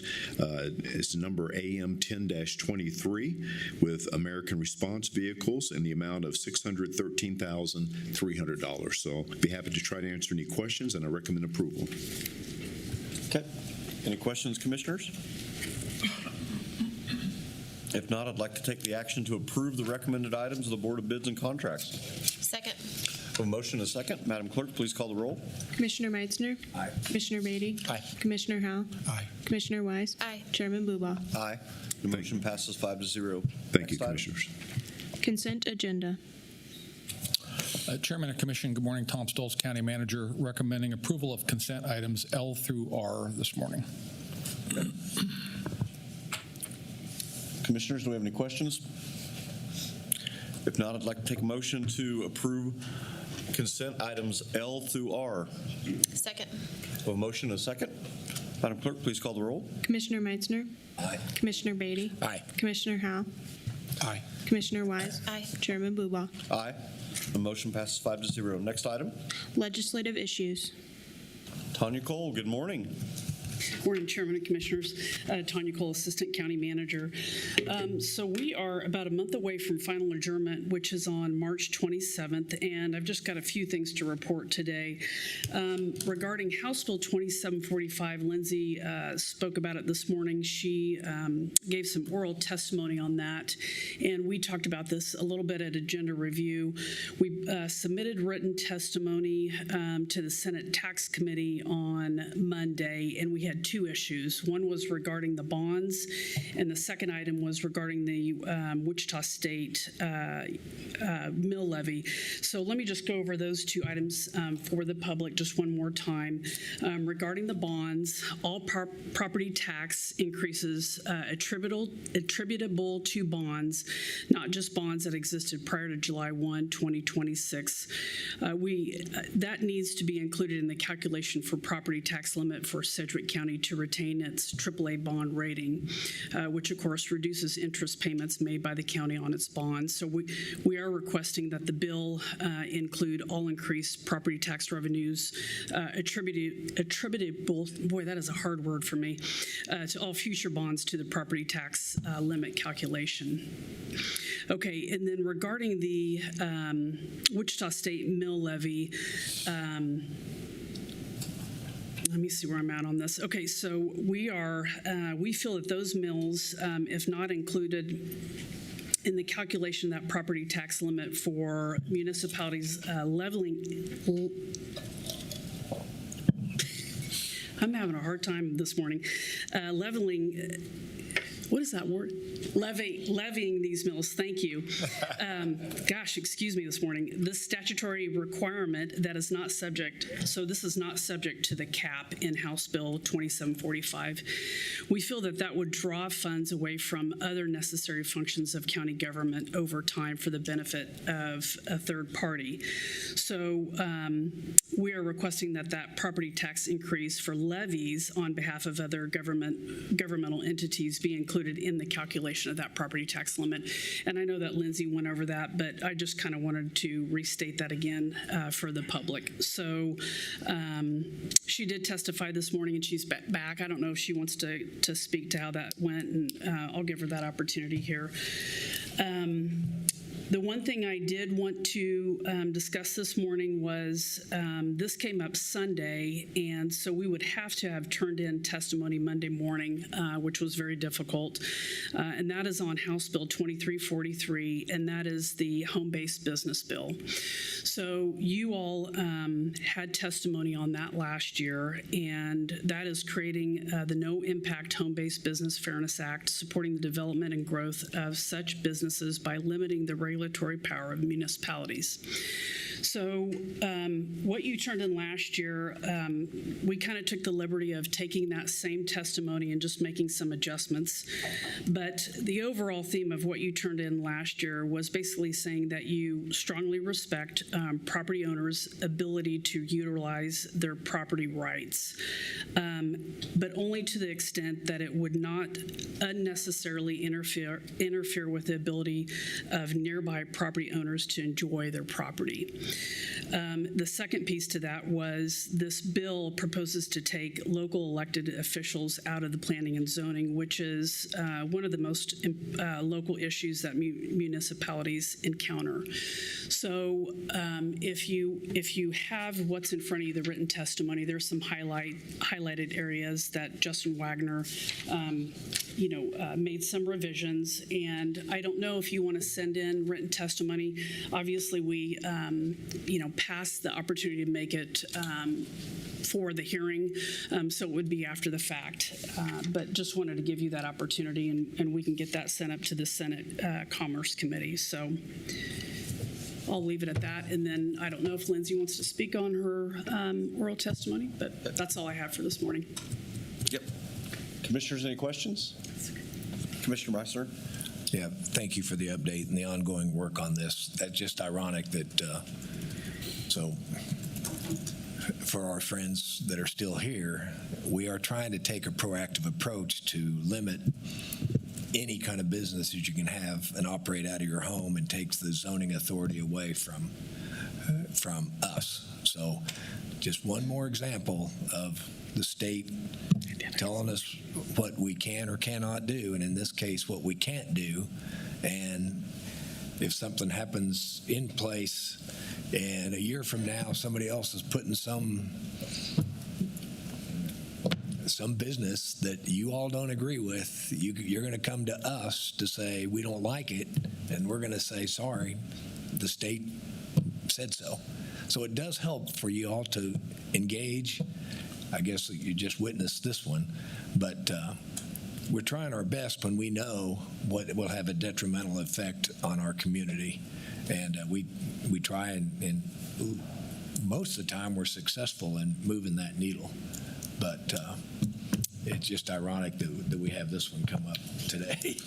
So anyway, that's just my comment. So I'm in favor of this letter in opposition of that House Bill 2343. Okay. Commissioner Howell? Chairman, I have a few comments. I just wanted to say I also agree with the letter. I hope we get that sent out to the members of at least the committee. So we'll have that as a reference point before they work the bill. So we may not make the hearing, but we'll at least get that to the members of the committee to know what we think about this before they work the bill.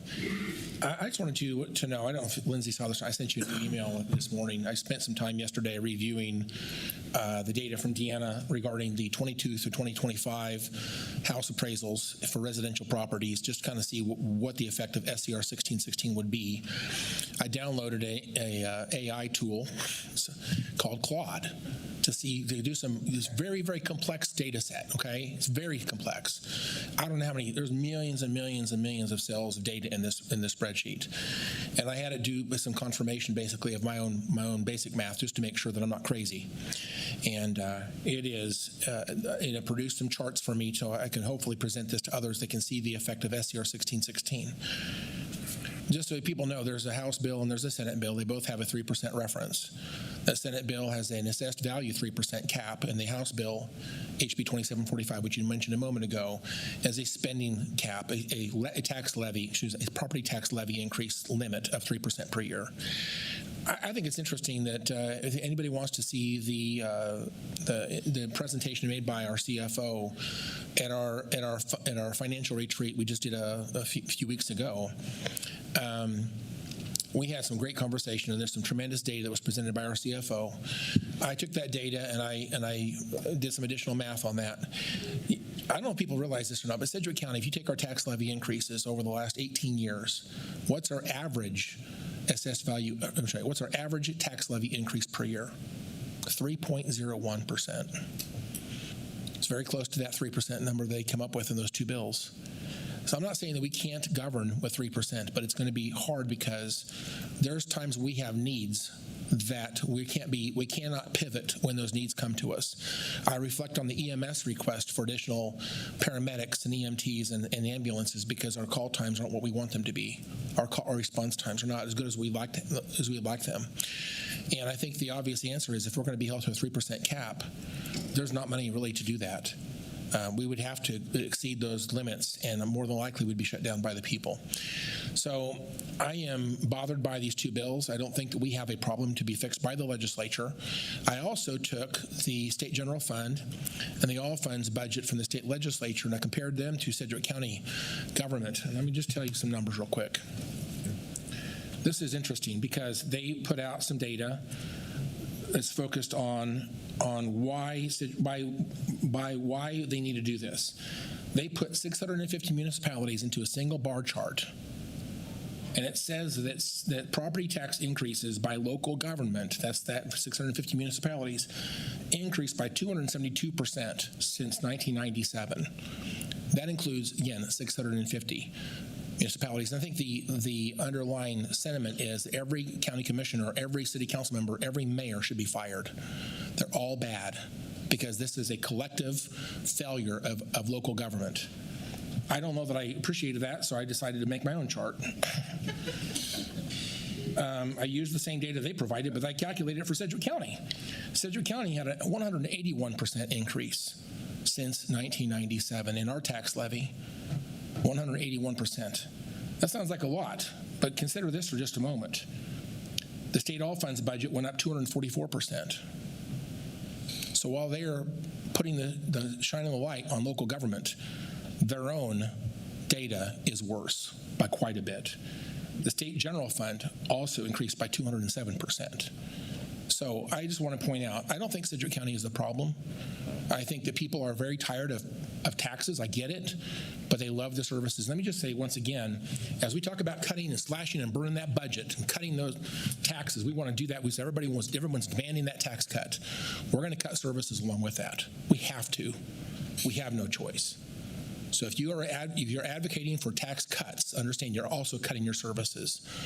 And again, I think Sedgwick County is an extraordinary unit of government. We are very, very efficient. Is there room for improvement? Is there anything we can do to become more efficient? Of course there is. But we've been doing this for decades, and those opportunities are very thin and very small, and very, very few actually. So we'll continue driving towards more efficiency, providing better services for less money. But we've been doing this for decades. And so the end of the day is the assumption that we're simply very, very wasteful. There's tons of fraud, waste, and abuse, and we simply waste money on things people don't care about is very not true. It's not true at all. And again, we can certainly slash and burn the budget, but you understand you're going to give up your services at the same time.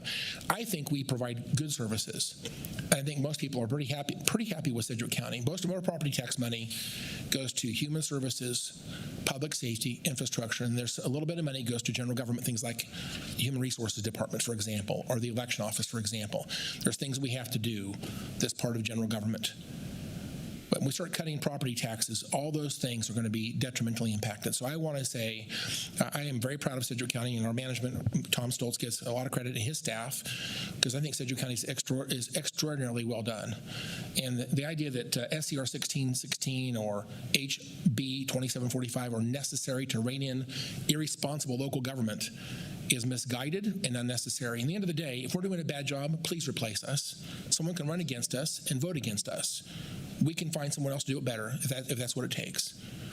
That needs to be stated. There's a way to fix this problem. The electors have the power to fix the problem. We don't need the state government necessarily to do this. I've said a lot, but let me just say this. I'll talk a little bit in just a minute on the tax evaluation notices in just a few minutes. We get to other, but I just want to say that I would love to share that data, SCR 1616, that data with anybody who wants it. If you want that data, it's a big, big data set. But I would be glad to send it to you, and you can see the charts yourself on how this does not actually solve any property tax problems. It does shift the burden of taxes from those who should pay the taxes to people who should not pay the taxes. There's actually a tax increase of over 50% of the property owners actually have a tax increase as a consequence of SCR 1616. Furthermore, it changes the 11.5% assessed value. It drops drastically and quickly so that they're no longer constitutionally 11.5% for the assessed value on residential properties. And by the way, it's not just residential, it's all classifications of property. So those are two major problems, and I know that the state of Kansas, Dave Trobert and the KPI and the chair of the Senate Tax and others, and the president of the Senate, others, continue to think I'm wrong, but again, I would love to have them have that data to see for themselves. I'm not wrong. I have the data and I can prove it. Thank you so much, Chairman. Okay. Commissioner Meister. Thank you, Commissioner Howell, for your data input. And also, just as a side note, if I'm not mistaken, school districts are exempt, which is over 50% of your tax bill. So any of this lid that's being talked about is only going to be on half of the check you write for taxes. The other 50% will still go as crazy as it's gone without any limitations on it. And I think they exempted themselves from state government spending too. Anyway, just one comment. Anyone else? All right. Lindsay? Sure. Lindsay wanted me to mention that they're going to work 2745 tomorrow in Senate Tax Committee. Okay. All right. Any other questions? Okay, so I'm hearing that you are good with the testimony, and I can get that sent up to Jason. Okay, very good. Thank you, Commissioners.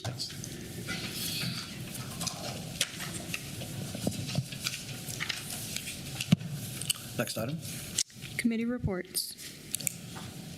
Any no committee reports? I'm sorry. Yeah, Mr. Beatty. Yeah, just want to, I'm the representative for the Commission on Explorations Board, Exploration Place, and they have this weekend, Saturday, March 7th, they have their Death by Chocolate event. It's their biggest fundraiser of the year, big deal. I think some of us from leadership will probably be there. But it's called Welcome to Oz. It's a really cool theme, exclusive access to the playscape, the 6-acre playscape that'll be happening, and they'll be opening that this spring. So there'll be exclusive access for all the people that are there. But really cool event, Death by Chocolate, this Saturday, March the 7th, starts at 5:30 p.m. You can get tickets at exploration.org. Should be a great event. All right. Commissioner Wise? I'll just mention really quick that next Tuesday, March 10th, is my next Citizens Advisory Board meeting. It'll be held at the Goddard District Conference Center at 315 South Main in Goddard, and begins at 7 p.m. and goes approximately till 9. Our topic for next week is going to include senior center funding. We were going to talk about a sales tax formula funding, but I think our speaker is out of town, so there's going to be a change of agenda there. But always want to welcome the public to come and join that meeting. We have it bi-monthly, sometimes off location, because we like to tour different county properties and functions. So I just wanted to throw that out there. Next Tuesday is our meeting. All right. Next item. Other. Other. Do we have anything on other? Commissioner Howell? Thanks, Chairman. Once again, I just wanted to, since Commissioner Wise brought up the district board meeting, I'd like to say I have a collaboration board meeting on Monday as well. Mine is at the Derby Public Library. It's going to start at 11:30, go an hour and 15 minutes. So that's coming Monday for the district collaboration board in Derby. I just wanted to reflect a little bit on the property valuations. I know that, thank you for our appraiser for being here. We talked about when we brought her on how this is probably the hardest job in Sedgwick County, and this is one of the many times of the year where people get focused on the property tax process. The revenue neutral rates will be the next one, and then we have public hearings and other things that happen. But tax bills, when they come out in December and May, that's another time where people get pretty upset. So there's at least 4 times a year that people turn their focus on property taxes, and all 4 of them are I guess a reminder how frustrating property taxes can be. As I already stated, property taxes provides the services. People don't realize how many things are brought to light because of property tax spending by local government. We know a lot of people don't understand about city parks and city police and city fire, but we have, again, as Commissioner Beatty says often, we have 46 agencies, and many of them have some support or all support from property taxes in Sedgwick County. I think I went over the data just yesterday that our CFO provides on all the various agencies. I think 16 different agencies that provide services to Sedgwick County residents that are mandates of the state of Kansas. And again, if we don't fund those things, people will very quickly get upset. I imagine people are mad about the long lines at the tag office, but they receive a subsidy from property tax dollars, and if we don't provide that subsidy, which again is a discussion we need to have this year, those lines will be much longer. And so the election office is another one where people like to get in and vote quickly. We have a gubernatorial election cycle in both August and November this year. If people want to get in and vote quickly, that's going to require election workers and election staff and election equipment to provide all that convenience to vote quickly. And so if we start cutting property taxes, that process will be a much longer process, and on it goes. We can go on. I worry about the people who call 911 and have the situation where they, again, it doesn't happen very often, but it does happen once in a while where someone gets put on hold for a brief moment, gets put on hold. Maybe the worst day of their life is happening and they get put on hold for just a brief moment, and they need an ambulance, they need it right now, or they have a fire is going on and they can't get that help quickly. They need a police officer to show up quickly, and we can't get them there quickly because these are property tax funded services. So I'm not trying to cause trouble. These are real issues. We have to strike that balance. The appraisal process, again, people that preceded all of us, actually the foundation of our state back in 1859 when they wrote the Constitution that was adopted in 1861, included property taxes as a way to fund local government. It's actually in the original Constitution, including Article 11, which deals with property taxes. It's actually in the preamble also. The reality is that property tax, house values is simply a way to figure out what is the proper amount of tax dollars that each entity should pay to equal the total dollars to run government. So all we do is pass a budget. We don't get involved in individual appraisals. We really can't do that. We have professional staff. That's their job, is to do that individual assessment of what someone's property would be, what the value is. They do a good job. And if they make a mistake, then we have an appeals process to have that fixed.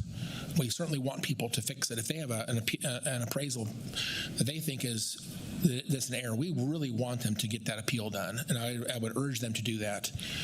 At the end of the day, these appraisals are used as a way to divide the tax burden. The tax levy that we need to run government is divided, it's apportioned, if you will, to every property based on their assessed value. So the assessment itself does not raise tax dollars. It simply divides the tax burden in a fair and equitable fashion. That's all it's for, with the exception of schools. WSU is also an exception, but the schools, they get 20 mills. And so whatever your property value went up, if it went up 10% or 20%, they calculate 20 mills and they give that money to the schools. There is no thought behind whether that's the right number or the wrong number. It's not right. It's not tied to consumer price index. It's not necessarily tied to the need. It's just simply a calculation. And that's true for WSU as well. And I would advocate this year to my colleagues, I would like to see us reconsider our 1.5 mills to WSU and bring that down to a 3% growth rate. Because I do think one of these two bills will pass the legislature this year. I think it's only fair that we would pass that 3% limitation onto WSU. So I think we need to have that conversation amongst ourselves and hopefully pass a policy this year that would limit WSU's increases to 3% per year. But at the end of the day, I have Commissioner Bluebond and I've talked numerous times. There's a number of things we can do to fix property taxes in our state. Some of them I really, really, really like a lot. But 3 of those I think we can do fairly soon. And I think that Deanna may have already implemented one of these, and that is if there's a statistical outlier in the increase, that there requires a secondary appraiser to take a look at that before they send that notification out to the property owner to make sure that it actually makes sense. A second look by someone who's an expert in that world. That would be one thing that can be done. If it's not being done, I'm sure that it will be done. Second of all, I would like to see a taxpayer's advocate, someone on your side of the equation that can help you make that appeal. Make sure that you have the right data brought to the appeals process so that you can be successful in making your property valuation correct. And then thirdly, I'd like to see us implement a hearing officer panel, an HOP. Hearing officer panel is 3 experts that understand real estate. It's a formal process between the informal appeal process and the Board of Tax Appeals in Topeka. We would have a hearing officer panel, which is a formal process, a formal hearing in Sedgwick County by 3 qualified real estate experts that can make a binding correction in the property value of that property. So if there's an error, it can be fixed before it has to go to BOTA. It can be done dynamically for that exact same tax cycle. It doesn't have to be done years later. It can be done that tax cycle. So those are 3 things we can do. I think we stand by the fact that we want accurate appraisals, unlike SCR 1616, which is trying to manipulate the process of appraisals. That's not the right answer. What we need is accurate appraisals. Only then can the tax burden be accurately divided between property owners. Accurate appraisals is our goal, should be our goal. And again, I think the spending cap is interesting, but again, there's going to be potentially detrimental impacts on governance. And so I have concerns about HB 2745, but SCR 1616 has constitutional problems. It actually raised tax dollars, and it creates unfair assessments. So those are some major problems with SCR 1616. I would just say that if you really want to fix property tax process, our focus ought to be to make sure that any appraisal that's done, if there's an error, we want to make sure that gets fixed. That needs to be our focus, because accurate appraisals allows the tax burden to be divided in a fair and equitable fashion amongst property owners. And that's really the way we ought to be moving forward. The system is not broken. It's just frustrating because it's a lot of money, because there's a lot of services. And I understand people don't like it, but they don't want to give up the services. No, none of us really do. We just need a very fair and accurate system to make sure that everyone is paying their fair share, and no one's paying more than they should have to pay. Thank you, Chairman. Thank you, Commissioner. And we have our appraiser here, Deanna Espedon. Deanna, would you mind coming down just for a couple quick questions real quick? And I've appreciated, it's your first year. We hired you earlier this year, and appreciate you stepping up to this. It's a big job, and it's a lot of evaluations, and you did a video with me, and I appreciated everything that you're doing. We're trying to be as transparent as we can about the process. I'm getting a lot of feedback. I know all the other commissioners are getting a lot of emails. Some folks are seeing 20-30% increases. I know there's big adjustments being made there, and I'm trying to encourage folks to. What I tell them is, like, if you don't like paying taxes, that's not a good reason to do an appeal. But if you feel like your property is being valued for more than what you could sell it for, then you need to go through the appeal process. Some of the feedback I get from folks, well, I'd have to put $30,000 to $50,000 into my house to be able to get that, or well, there was only one house that sold in our whole area, and that's because someone wanted in this neighborhood, and now it's driving the values of everything else.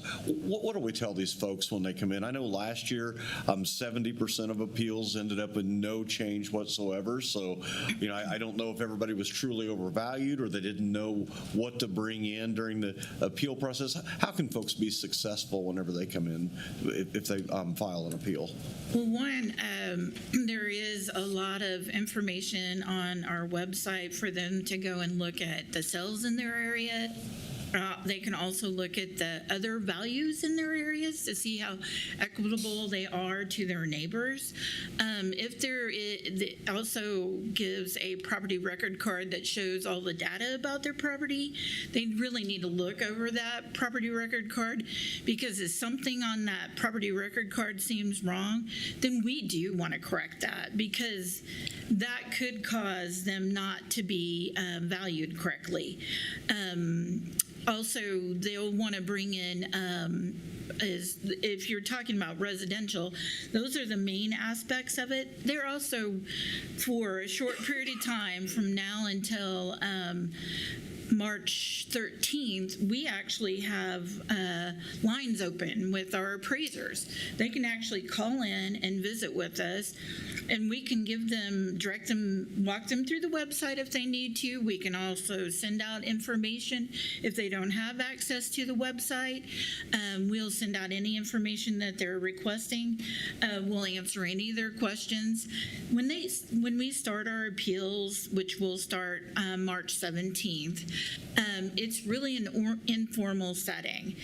Either it'll be on the phone or they can come in, and when we do visit with them, they are visiting with an appraiser, and we are explaining how we valued, and they need to let us know any concerns they have. Now, we do not particularly go inside of properties, especially residential, unless they ask us to.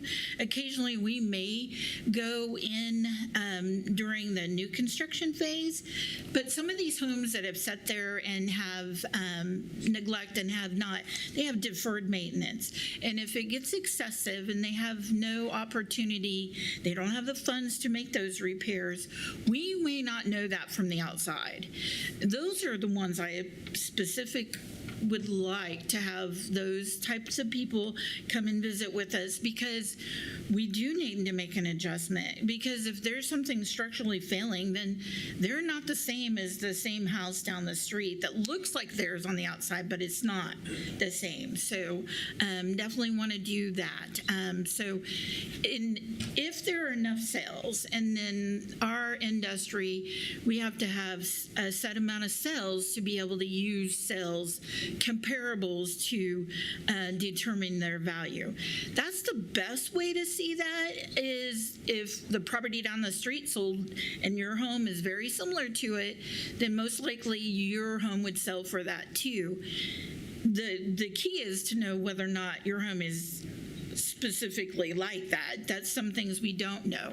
If, for instance, there are not enough sales for us to set that, our computer will actually set a value, but it'll have to make so many adjustments that it isn't a very good comparable sheet for us to use. We will revert back to replacement cost less depreciation. Typically with some of the older homes, that might be a lower value than the sales price. It just depends on, some of the investors that are coming in, they may be raising the market a little bit, and we're taking that into account. And we did, Commissioner Howell, we did go back and look at anything that had a large impact, a percentage increase, and manually look at it to make sure that our values were correct on that. Did I answer your question? Yeah. Last year, I think we put in some additional metrics just to be transparent with the public. I think we were showing, weren't we discussing a dashboard or showing weekly updates as to how many folks filed an appeal? And then once we got into hearing the appeals, I think we were showing what the value and change, what the value and change was. I believe we had several different metrics. Hopefully we can look into that and being as transparent this year as what we were last year with that. And it is difficult on that percentage change because in the past we had picked the lowest value. And so it was very difficult for us to even make a change. We didn't do that this year. We actually used the appraisal methods to come up with the value. But again, we backed off of our sales market value. We backed it off 5% because as you kind of alluded to, Commissioner Bluebaugh, that when people are selling their homes, what do? You go in there and make it look nice. You go in there and paint the walls. You might not even have to do a whole lot to make it look nicer, but you're going to make it look nicer. So that's why we backed it off 5% this year, just to take into account the fact that those homes that they put on the market, they're going to do a little bit of it to make it look a lot better for a potential buyer. And I appreciate you taking that into consideration because I know my house isn't market ready. Probably a lot of other folks just aren't ready to put it on the market right then and there. So I appreciate everything you're doing there. Okay. Any more questions? Yep. Any other questions, commissioners? Thank you. Commissioner Howell. Just wanted to also just say, again, I think the appraiser's office, you can confirm or deny, I guess, there's less of an interest in the percentage change. I know everyone seems to say, I'll listen to all the comments, mine changed 10%, mine changed 15%. Some people say mine changed 20%. The question I always like to ask them is it worth what the appraiser thinks it's worth? That's the question. There's been a lot of properties that may have been undervalued. I think that may have been something that has happened in the past, that undervaluations has been maybe a bigger problem than we maybe realized. And so I think what I see right now this year is maybe a gross correction to get us back to maybe what the fair market value is more realistic, perhaps. But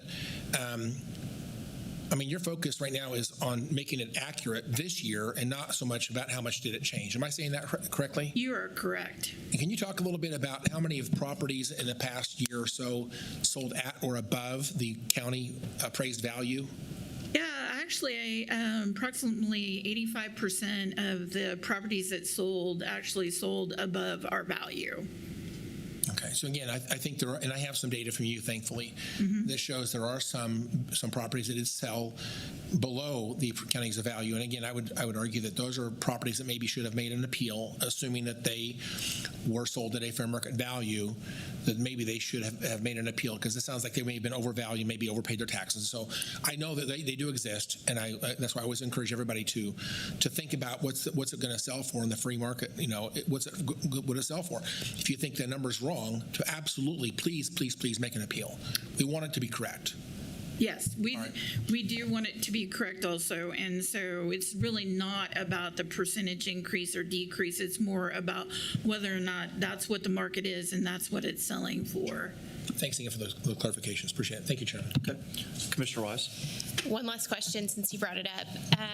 We talked about outliers and that your office really is alerted when you see something that looks like it's drastically changed. What is your measurement tool for that? And if we're not looking at percentages, I've had just 3 people in the last 12 to 24 hours that have had drastic changes, like 51%. If they're focused on that number, that's a lot. So what's the alert? What should be that change that alerts you in your office? And then how can I respond to those people that I understand? I am a real estate broker, so I understand that what would sell for, but sometimes that's not what people want to hear. So I just wanted to give you a moment to maybe address that too.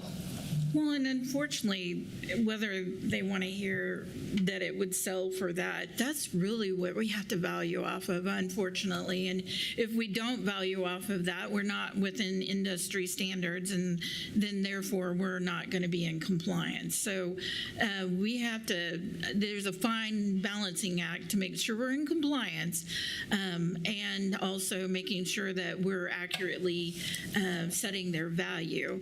But what I would say is if they have a gross increase, if it's huge, and they do not feel like their value is correct and they cannot sell it for what we have it valued for, they definitely need to visit with us.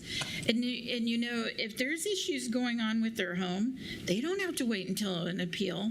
They can call us any day of the year, and we would actually come out and do a field inspection. People don't have to wait for an appeal to contact us. If they tore something down or they had a fire or something, they need to visit with us. Granted, we're going to get building permits, so we may know that that's going on. There's no reason to just wait for the time to do an appeal if they feel there's an issue with their property. Appreciate that. Okay. Commissioner Beatty? Yeah, very helpful. Thank you for coming. I know this is a busy time of year for you and obviously for our email inboxes too. I'm going to sheepishly ask a question because I know the answer and I want the public to know the answer. I understand the heart of which I'm asking this, but what role does the Sedgwick County Commission have in property valuations? None. Yeah, okay, thank you. Would you repeat that one more time? The Board of County Commissioners do not have any role in setting the property values. Yeah. It is up to the county appraiser to set the property values. And we do have an oversight agency that's the Property Valuation Department that is a part of the Kansas Department of Revenue. Yeah, so that was my second question is who do you take your statutorily, your obligated job responsibilities come from state statute, and that the oversight is from the Property Valuation Division of the Kansas Department of Revenue. Our job is to hire a county appraiser, which we did, which we, I think, unanimously really like the hire that we made, just so you know, and your staff. And we fund your budget to give you the resources to do your jobs. I don't want any confusion in the public that the county commission is trying to raise valuations, to raise tax dollars in order to do X, Y, Z in our budgets. Property taxes are a byproduct of budgets that we passed and all 110 plus taxing jurisdictions in Sedgwick County passed in August. Valuations are a separate deal. These things get conflated often. Property taxes and property valuations get conflated, and they are two separate things. And I think it's really important that we have that conversation. And I will just say, again, as I've said a number of times on social media the last few months, there is zero reason a local taxing jurisdiction at this point, this many years post all the inflation that has taken place, there is zero reason, in my view, they should be taking all this assessed value growth. I have a hunch what we're going to do here at the County Commission for the 4th year in a row is we are not going to take all this assessed value growth. We are going to push down mill levy decreases, but we're only 20 to 25% of the tax bill. I want to encourage every elected city, other counties, townships, school districts, please, our community needs property tax relief. Do not take all the assessed value growth that is available. Please listen very clearly, very loudly to the community members that are stretched thin with rapid property tax increases, not valuation increases. tax increases. That's what local electeds have the authority over. I know what we're going to do at Sedgwick County government. We're 20% of the bill. The other 80% of the bill, please listen to the citizens of this community that cannot sustain more property tax increases. We're going to lead in this. We're going to do what we're going to do. I'm asking all other taxing jurisdictions I cannot imagine, I don't know your budgets, but I cannot imagine a world where you got to take 9.3 assessed value growth for the 4th or 5th year in a row. I just simply can't imagine it. So just wanted to make sure it was clear. I think you're doing a fine job. Thank you for the work that you do, but I want it very clear. The commission's not raising property valuations to raise property taxes, 2 separate processes, and we have no involvement in the work that you're doing there. So. Correct. Thank you. And yes, and we are guided by the state statute. Everything we do is in state statute. Thank you. Commissioner Meister. Good morning, Deanna. Thank you for being here, and you're doing a great job of explaining. Thank you. I like your one-word answer, none. But it seems like there's a common theme today about state regulations telling us, but I'm glad, Commissioner Beatty, you said what I was going to say. I just reiterate that you are a product of the Department of Revenue of the state of Kansas, and as we have to fight transparency all the time, I think it's very non-transparent that this notice goes out and it has Sedgwick County's logo up here. Sedgwick County. It doesn't say anything about state of Kansas, Department of Revenue, doesn't say anything about, your tax bill will be a combination of all of the entities that Commissioner Beatty said, city, county, township, fire district, whatever. It doesn't say anything about that. This is the worst transparent notice that it lights people on fire. And where do they go to? They go to that logo up there. And it's wrong. And we've tried to talk to our fellow secretary about changing that, but it is incredibly non-transparent and government, and then we get accused of being non-transparent in this whole process. And it starts with the state issued notice that's required to go out. So that's all I add to what you just said, Commissioner Beatty. I want to make one more comment. I know Commissioner Howell wants to make one too.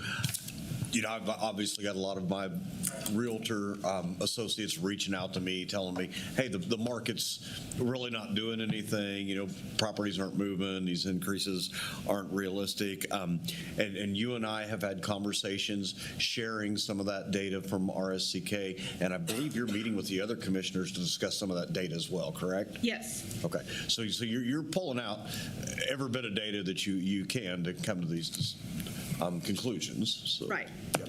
Okay. Commissioner Howell? Part of it. Oh, go ahead. Part of it, yes, as I think I said last week or whatever during my report, is the fact is the market is not moving like it was. Yeah. But we had undervalued for a little while, and so we were conservative, and we were playing catch up with the market. I do firmly believe we have caught up with the market in with the residential properties. Commissioner. Thank you. I'm sorry to even bring this up, but I just wanted to say I agree with the previous comments of Commissioner Meitzer and Commissioner Beatty. I want to just bring some numbers to the table because I love these numbers. 1 mill in Sedgwick County generates about $7.5 million. And last year we had an 8.6% assessed value growth in Sedgwick County. That's our collective jurisdiction had an 8.6% increase in assessed value. We actually retained just a little bit more than 4% of that, less than half. We lowered the mill levy by 1.134 mills. Our new mill levy current year is 27.567, which, by the way, is the lowest mill levy rate in all the history that I can find, going back more than 30 years. In fact, I'm trying to find our mill levy rate history going beyond 1996 because I don't know, again, what actually is the record, but it's more than 30 years. So this is we have the second lowest mill levy rate of any county in Sedgwick, in Kansas, only behind Johnson County, who has incredible assessed value, spends almost $1 billion more in their budget than we do here for 100,000 more people. And so again, we're very, very conservative. This 27.567 is a very, very low number, especially considering our history. When I became a county commissioner, we used to had a target mill levy of 29.359 mills. I can't even imagine going that high at this point. So we've actually brought the mill levy down several mills since I've been a county commissioner. So I want to say I'm sure we'll do that again this year. Our financial retreat, we talked about it, maybe a 4% increase. This last year we had a 4% increase roughly. My guess is we may be targeting that as we go through the budget cycle, but we'll have to lower the mill levy by quite a bit to do that. So I expect that will be our outcome. Thanks again. Thank you again, Mr. Chairman. I promise I will not speak again today. And thank you very much for coming up here. I appreciate it. You're welcome. Next item. Executive session. And I believe we do have an executive session. Yep. I'd like to move that the Board of County Commissioners recess into executive session for 30 minutes until 12 o'clock for consultation with legal counsel for the county regarding matters deemed privileged in the attorney-client relationship in order to discuss Kansas statutes and measures to ensure county compliance with such statutes, and that the Board of County Commissioners returns to this room from executive session at 12 o'clock. That is the motion. Okay. And I'll second the motion. We have a motion and a second. Madam Clerk, please call the roll. Commissioner Meitzner. Aye. Commissioner Beatty. Aye. Commissioner Howell. Aye. Commissioner Wise. Aye. Chairman Bubaugh. Aye. And we'll be back in here at noon.